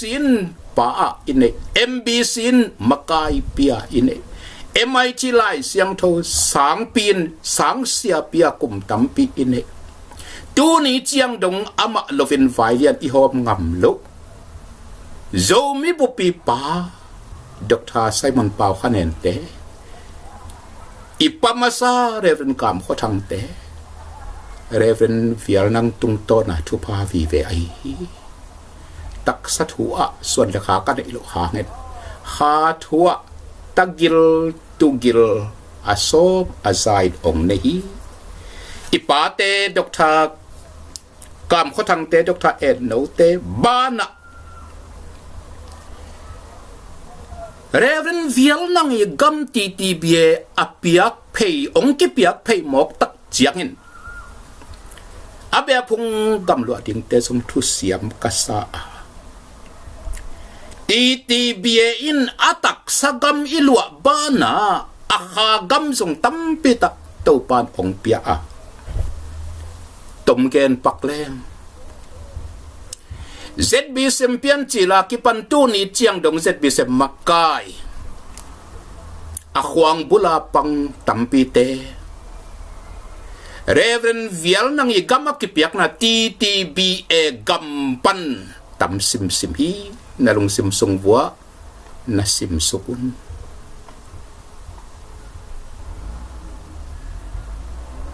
i president is yes masate tulai tak let's see liana i president pa Reverend go pu hen khan ko TTBA company is yes pa Reverend Dr. Tuan Khan Mong tunjang khotwal pan hi tua lo adang i women secretary sia ma ching te khong song ton sa nga khang hia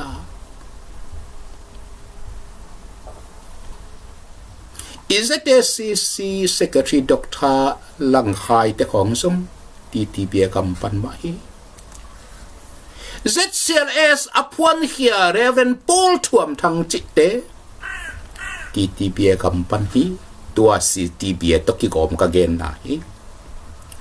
tua bek tham lovin tulai tak ZCLS makai pi Reverend Dr. Chindau Piang te ko so TTBA pan mahi lungai la yun tui pi gal khata ZBCA makai tam sim sim te zong TTBA pana lam kete ngen vi veo hi lai kol zanga nalung simu vak suk sakun kol pidung suka pa samuan huai tampi tele KZBA makai ngi tam sim sim te KZBA sunga imwani suan sia pitching tampi tak tepen TTBA panagam thupa anga tehi tua bek tham lovin ZBA gam sung khong sung jang kong mandali mu ko lasu mun tua ma imakai pastalian te TTBA panin Reverend Viel nang gam hanga pasian misat muat huai asuak tampite ahihi pang mual parin jang kong tonga TTBA Reverend Viel nang gam topan khong suk diu devin tua bek to hilovin tui pigal khat tonga topan Viel nang isuan le kha akha tule tatam pitak ong koi hi tuai manin leitung sile sa gam lua ding nangon omlo khopin mei gong pahat ahi hang in kha thua suan le khak aga phama Reverend Povial nang Jesu minto ita ama isa ta ka apian na tunzang khua o Bethlehem khua ma pakin Zogam ako neo khogin na law nahi het kehi bangang yam sila nasunga Viel nang piang ay manahi tunzang khua o khoneo khogin na law nahi het kehi bangang yam sila na tuilui kong pilui suka Zogam bupa tapido swak masapen pente kitui pum ay man ay tunzang khopile kadang kuwa mo khoneo khogin na law nahi het kehi bangang yam chile siam pizza khut ngak na anga masapen pen pa Povial nang zogam po pa siam pizza masapen pen pa kadang kuama na teng na giyak khowak na tang sak ay man ahihi toy manin zura gambelen khwa khoneo khogin na law nahi kehi nasunga gumpa Jesu piangai manin aci baken zo gam tunjang khua kadang kuam le tunjang khopi o khoneu khogin na lo na hi het kehi nasunga pasien khai chi kitu in povin tapi ra suang masa pen pente kitu phum na mun nahi a siam pinga masa pen pente apaya aswak ya akhang sak tunjang khopi le kadang kuam nahi Bethlehem zogama dingin Bethlehem khua nahi Jesu minto tunjang khopi kadang kuamin thupa nga to tung ta hen kha thupa jong atam jo sem to pan ong piak saklai ta he sut man hi len tampi tak to pa thupa om lai di twin to hun nei khang ten Reverend Povial nang iga su alo chin nasain iga ite ihyang izam amding nakpitakena thala in ki apin lungai phani amma sang nangonin ga ahaw zote ahaw zo hiang azam phazo pasien misat te hit na dikin pasien na sem te talet mi pi te talet kwa ma pe kingai sonina nakpitaken thupa kong pi Viel nang le pule patet ahonu tuin thupa kong pi khasi Jesu mento ei khang lai ten honga tan jaw taka ei pasien na sem te tung tonin ipul pit tung tonin thupa kong pi igam inam ikhwa ileya ong luan gang takang luan na tikin pasien na sem te ki ap ting hi hang pasien na sem te kin yam khiat ting hi hang thupa kong ai tulai khang huna dinga thupa kong ai hasiang thau asapin sapina alung gul in lung kul in khasiang tho gilkialin khasiang tho du na to gilkel dang takin iom le thu pha kong pi povial nang sangen song atan zao zo in a hong pasien na sem te le tulai khang mi pi te hi thei di hi han ai dong na da huai thu khata tulai thu pha kong a hi thu pha kong pi hi khasiang tho nang sammo ai ke le da sak khana hiam chi nak pi takin kisit per chiat ni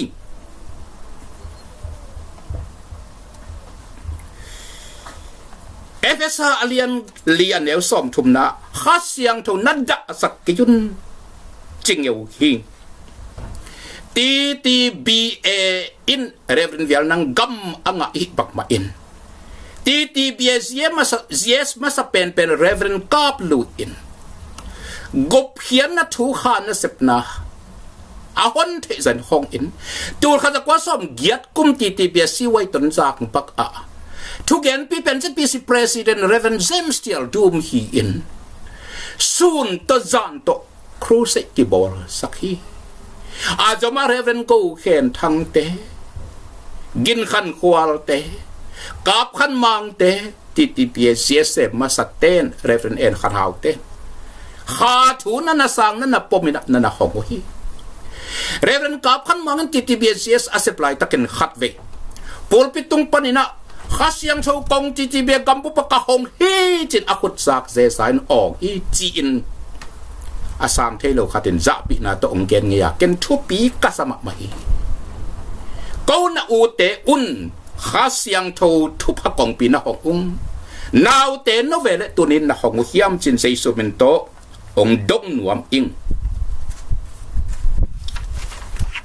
ke tur kha kwa som gele li kum zun khan ni khat ni panina TTBA Youth Secretary le ENM Secretary kasem a hun bit Youth Secretary asem masa pen inong kichiam te tua lai takin tun jang gam sung a mang lai tan giat sang om na khwa te nga khang no te selo ma chi mu kai manin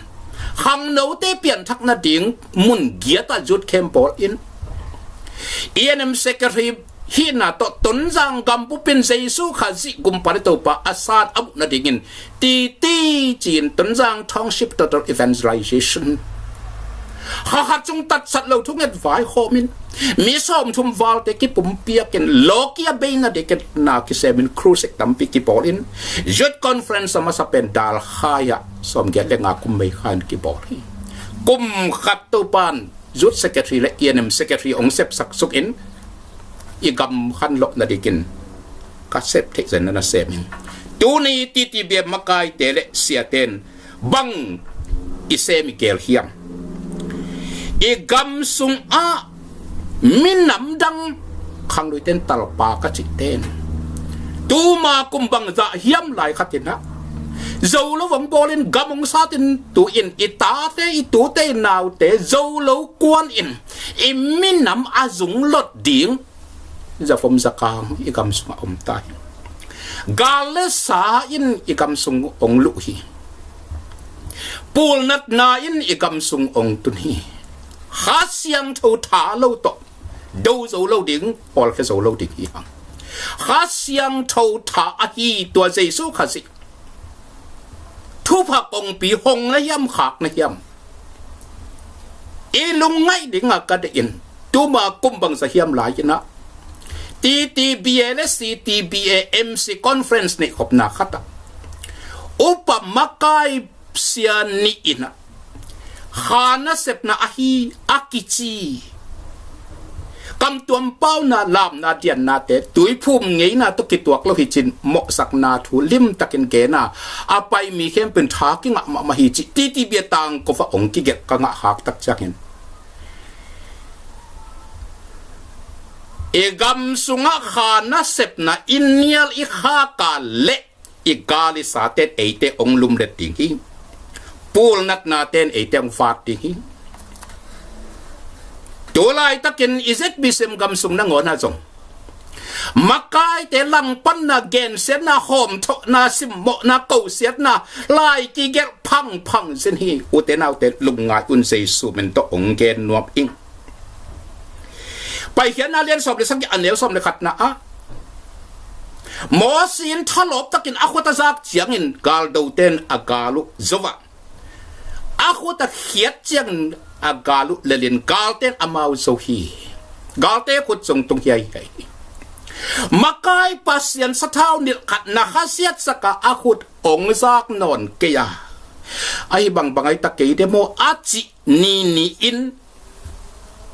igal pa doi mang pa ina nangong zo ding hi igamong lua ding hi pai hian na som le guk aneu ni na mo sin keile aron kami pite nong do hilo mo to pa achi le aneu som le giat na te to pan dog hin nangong do hi ke yong do hi chi sathau ni makai khat na do kha pen pasian ado nai lam phoken la kin yam hiat in Samuel masalian alian giat aneu sagi na Samuelin topa kami ten kayong nol hin tao hilo mo ong nial hilo mo chile nang ong nial hi kayong nial hi chi I hop na dik in lungdam na John alian som le tum anel som le tum le som le lina Jesu in anung zuite he nangon asil sakbak in pasian na sem te khat le khat ki do ki kap non lo in ki soy kap ki tangkap ki si gen non lo in pasian maya kin niam hiatin khat le khat he ki sil sak ding sak doken ki it na to panong kwan ta hen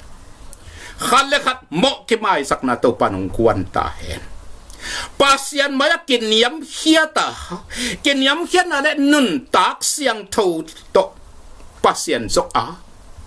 thupa kong pia hi kha siang tho along gut ngiat tikin topan mikim thupang pia hen la siale mi pi akipakin thupa ong peta hen kha siang tho kong pi hon tak changin thupa kong pi ong ki hong ta dinga kha siang tho ong tun changin thupa khem pe ong luam pan ding hi tua Reverend Puvial nang le alom ten ana hot u thupa kong pi eya khang lai te in kha siang tho wang let na nei na tan na lungut na to samin thupa kong pi tan zau takin hongin ipol pi igam il leya kha siang tho in thupa nam chin hong puak hong guang ta hen Jesu min to aza khem pe le angai khem pe Jubilee thupa om kim chet ta he lungdam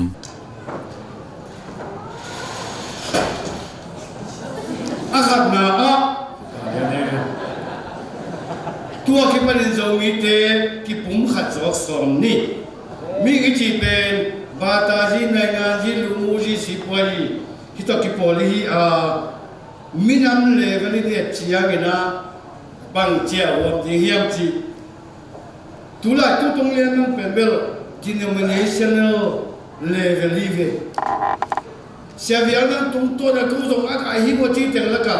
tun ko te ngom ya enun to ang chi le nge ke mi pel te tu hom jang tan ki na sim pom mi mo ko te che la yam na man ni dunia ke panina zo mi te na ilai zat ki bang sang ni gen te di ka gel na tampi ta ko mai zo ina gen te nai ngin le kin chi bang ho koi jang to di yam chi khang e ma TBC CS ba ka jam zo bi pa mang zo pa ti ni nge khat zo zo kip sak ding le li mo se khoi la mi ne NG group le G group chi khong ong buang ina ama lu ba buang la aya ka ise serious level ina khi chiang ngom lom bang ja ki bang sak su le lo ngin ne chi ta chen na gin hi lo mo le gin ne chi ta te ngin hi lo mo le toi ta te zo mi te pa wi chi te rim pa wi chi pe na ko hi zo toi ta chiang ina hak sa sa ke le ni ngin chi za di chi do chi mang ding e le la gin chi di chi do chi mang le ding e sa ko la mi na man NG le chi u chi do zo se pa le mang te ko mi na chi zo chi sa pon le de mo athun na ne tom na pasian mak masak zok ding som ni pasian mak masak zok ding som ni leven vian ang pen pasian masak zoi na kadanga tenga khono ta la mi phak te pai bangen ki pa hi na ulena laka ngi na laka aki hel thelo guan thelo ina ki pa lei ama hulai khono lia tuila takin pen sen thama ma hi pasya masak ni in bi putena tonla ko num ko sakre china modalam pin na kayu a tonla huang tonin tua chiang no kham to tawina ka tia si nylon ka tia si marken kham takte pasian in lamdunga teng zakin amao mi phatena pasian tu pa dan no bilberina ipu viarnan in ge mang toni pasian masak ni tuni tak pen belo khang no la sa siam te lep tarakulo tengen la sa sia tadi wi mo tuni tak lam jong lo pai ma mai yan ne ding jong thu ka kong pi atlan jong ding ta hiang ta me na khat na a humua ke to pen mo masa pen bangai ta chi sia dia aban again masa sa ban mat yak ya no dom de ki pum khat jok som ni ilai ki ba sak zok som ni pasien masak zok som ni itan jata to ba ta he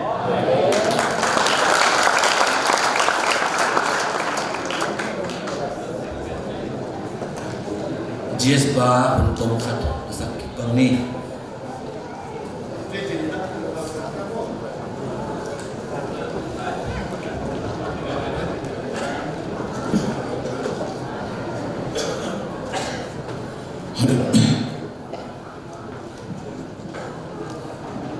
hal tua untuk kan kumlang pe ini nak kena tukar di kolin sudah lama kita ke ama berhikai di tam masa akibat ini sudah lama izabna tum zoyen pubiang lagi mulia mual gam kepe deti di biar kita hi cikin lai mulai dah untuk ijab te nasum tambi tak kami tua mulai takin som yalle cukup mulai takin ibu ipate imi masa isya masa ten banto lungdam nana ku hiam ci katel ke ya chule la lai mulai dang fal ting som lem thik lem mo som ka lem thia la a hi som in pu viang ai impite TTV gam to tua chi kum bong noi chiang a hi som bang ba me mo in ane tingu akep tingu mulo kahit manu VOC sa committee yin tutunin amai oten nga kum sa chin subli boy pia puviang nan me mu ting chin impitein a impi te anak kep tingu ana sa tingu chin atom ataman chin lobina tunin igambuk ai ho in Zubli boy pi ikham tu to dina melmu dingin brengket khat ya dingin thuso na ine hi tua hi manina pu thonglam thang ten ki khom thai hiam ki khom the gele ama tangin am san sak the ding nunian chong khan china man san skhen la mi pi the dingin ilung dam tok na amai gam mulemwa na khembe TTV itanna zubli kum ta chupot bi a umthen bin jatun chi ilung dam na la na brinket kha kadi hi ham chi to pulang momi to pen tu lai ka kena inte por BVMBC chess pasta so he tu lai ka kena so mi su masum ki pun khat na dingin I vai home lai ta kin Golven namo pa ko khat khat lai lo isen mi hiya ulai ta kina zabi sem ga bu pa ding in asom general secretary so higen hi VOC se committee te na so ka thudo pi pe no president pa chairman pa to so sunin zani ko kia ki ho selin bang chi khen ta di chi na khen ta khat khong ka ne ta chiang reven do khat do kham na na do se ka hi manu hi Rengke pen, reven taton khamunin, ubiak sakhen cina ama saksun to sabiha. Ani sekali tok tu tu lah. Bite. Kêu cái gì sợ nó lọc kia. Dunia mo. Wah, pai pagole unte man do sak mo mangi. Asam thei din.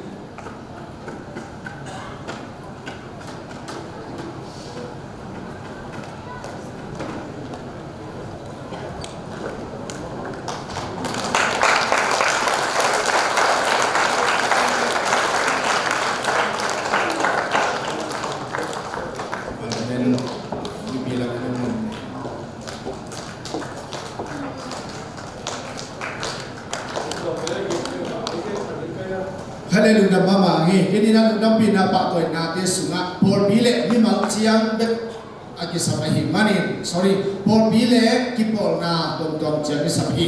ai zo mi mali na ape khin mote na walaya biar jai ko na na biar sama di mu chi ilai pa ni te sakit nabi de kina lung dam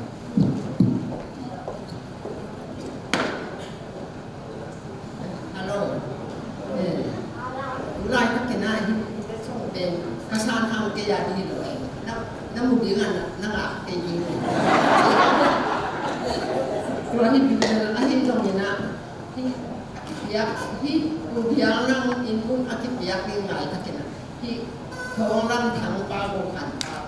kay pasal kung talang sa kanya. Kaya kaya kikumi na ito masya kaya tang tumo. Dia peleng, ite ina, buamun le muara, ite, berai tak pun kisah dua ini jangan oh, porter deh, mun le muara tua bang ide ini sakarau lima, jangan nak apa mungkin jam kolam maten, pilih lagi, teng di umita jangan, Cina tu, kamu mak, kapau kumina, kamu kuntona, aku kinti jangan. Olay tak kena tang pasong ci dia te pamu tu nak let song dia we ti mo sa ni buat kathi buat ya lu dam mama ngene dunia to bana ci jam na so ya eno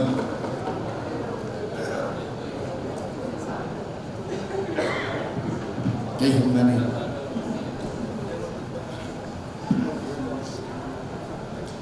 kala tu sing sangena yung khem peu tu kita kena berikan proses orang dah tu na.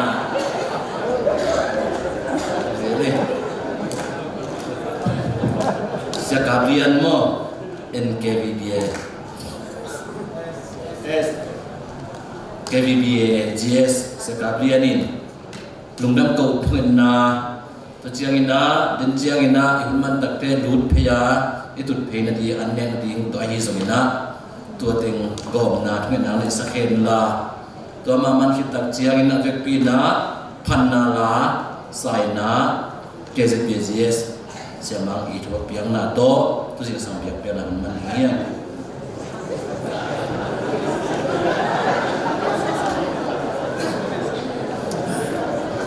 Lungdam kau na ini lungdam tu pa VOCZ vai apataki panina tu ciang nam khat hun khat nung so ti tu manin na tu ma lungdam kum ko hi VOCZ vai hangena gambu pa dingena zung tu pa swakila avoyaga tampi kamuna kanga na waso na dingin kazagu thute late tuton in aisumina mibal kimle gambu zo mibuk tu pa pelai tain biar na hun kamanu cian ina kasadingu nele dona ding in convention panai sungina association panin ai sungin siante vokte akipanina antang akipanina hiadinga jubilee nele dona dinga ongki hil ongpia mimal kipolna gambuk kipolna tekem peuzung nang maila thupa ongpia saktain ane adon mimal kimadina zong pumpidam na hat na hienda ki tingai na te ahangsak ne na don na aso na dingin thupa humpiak sak lai tain lungdam ko in Jesu min so min thukong nenu to papasiano amen. Tuhan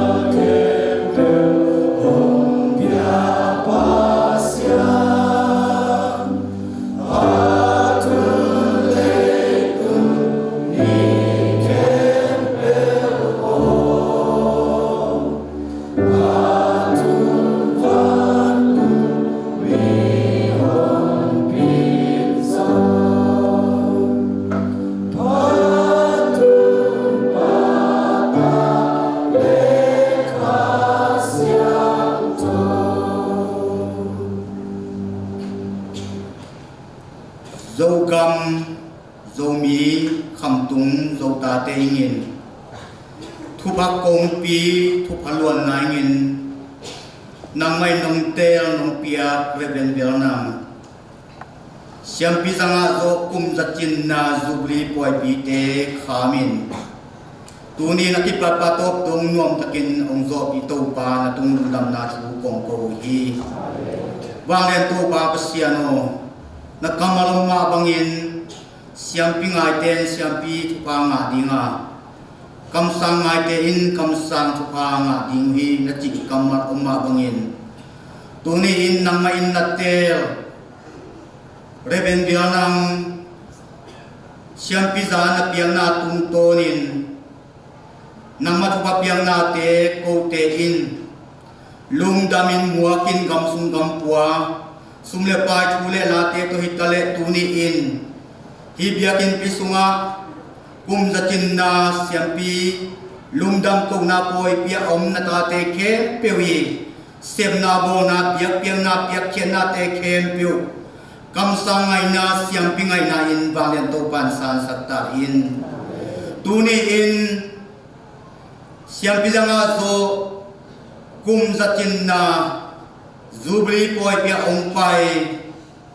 to pa ta khiasta no thumi te khem piu tunga abe nge lo ipa pasyan ong in na thupa atapa Jesu kai ong ta khian na thupa le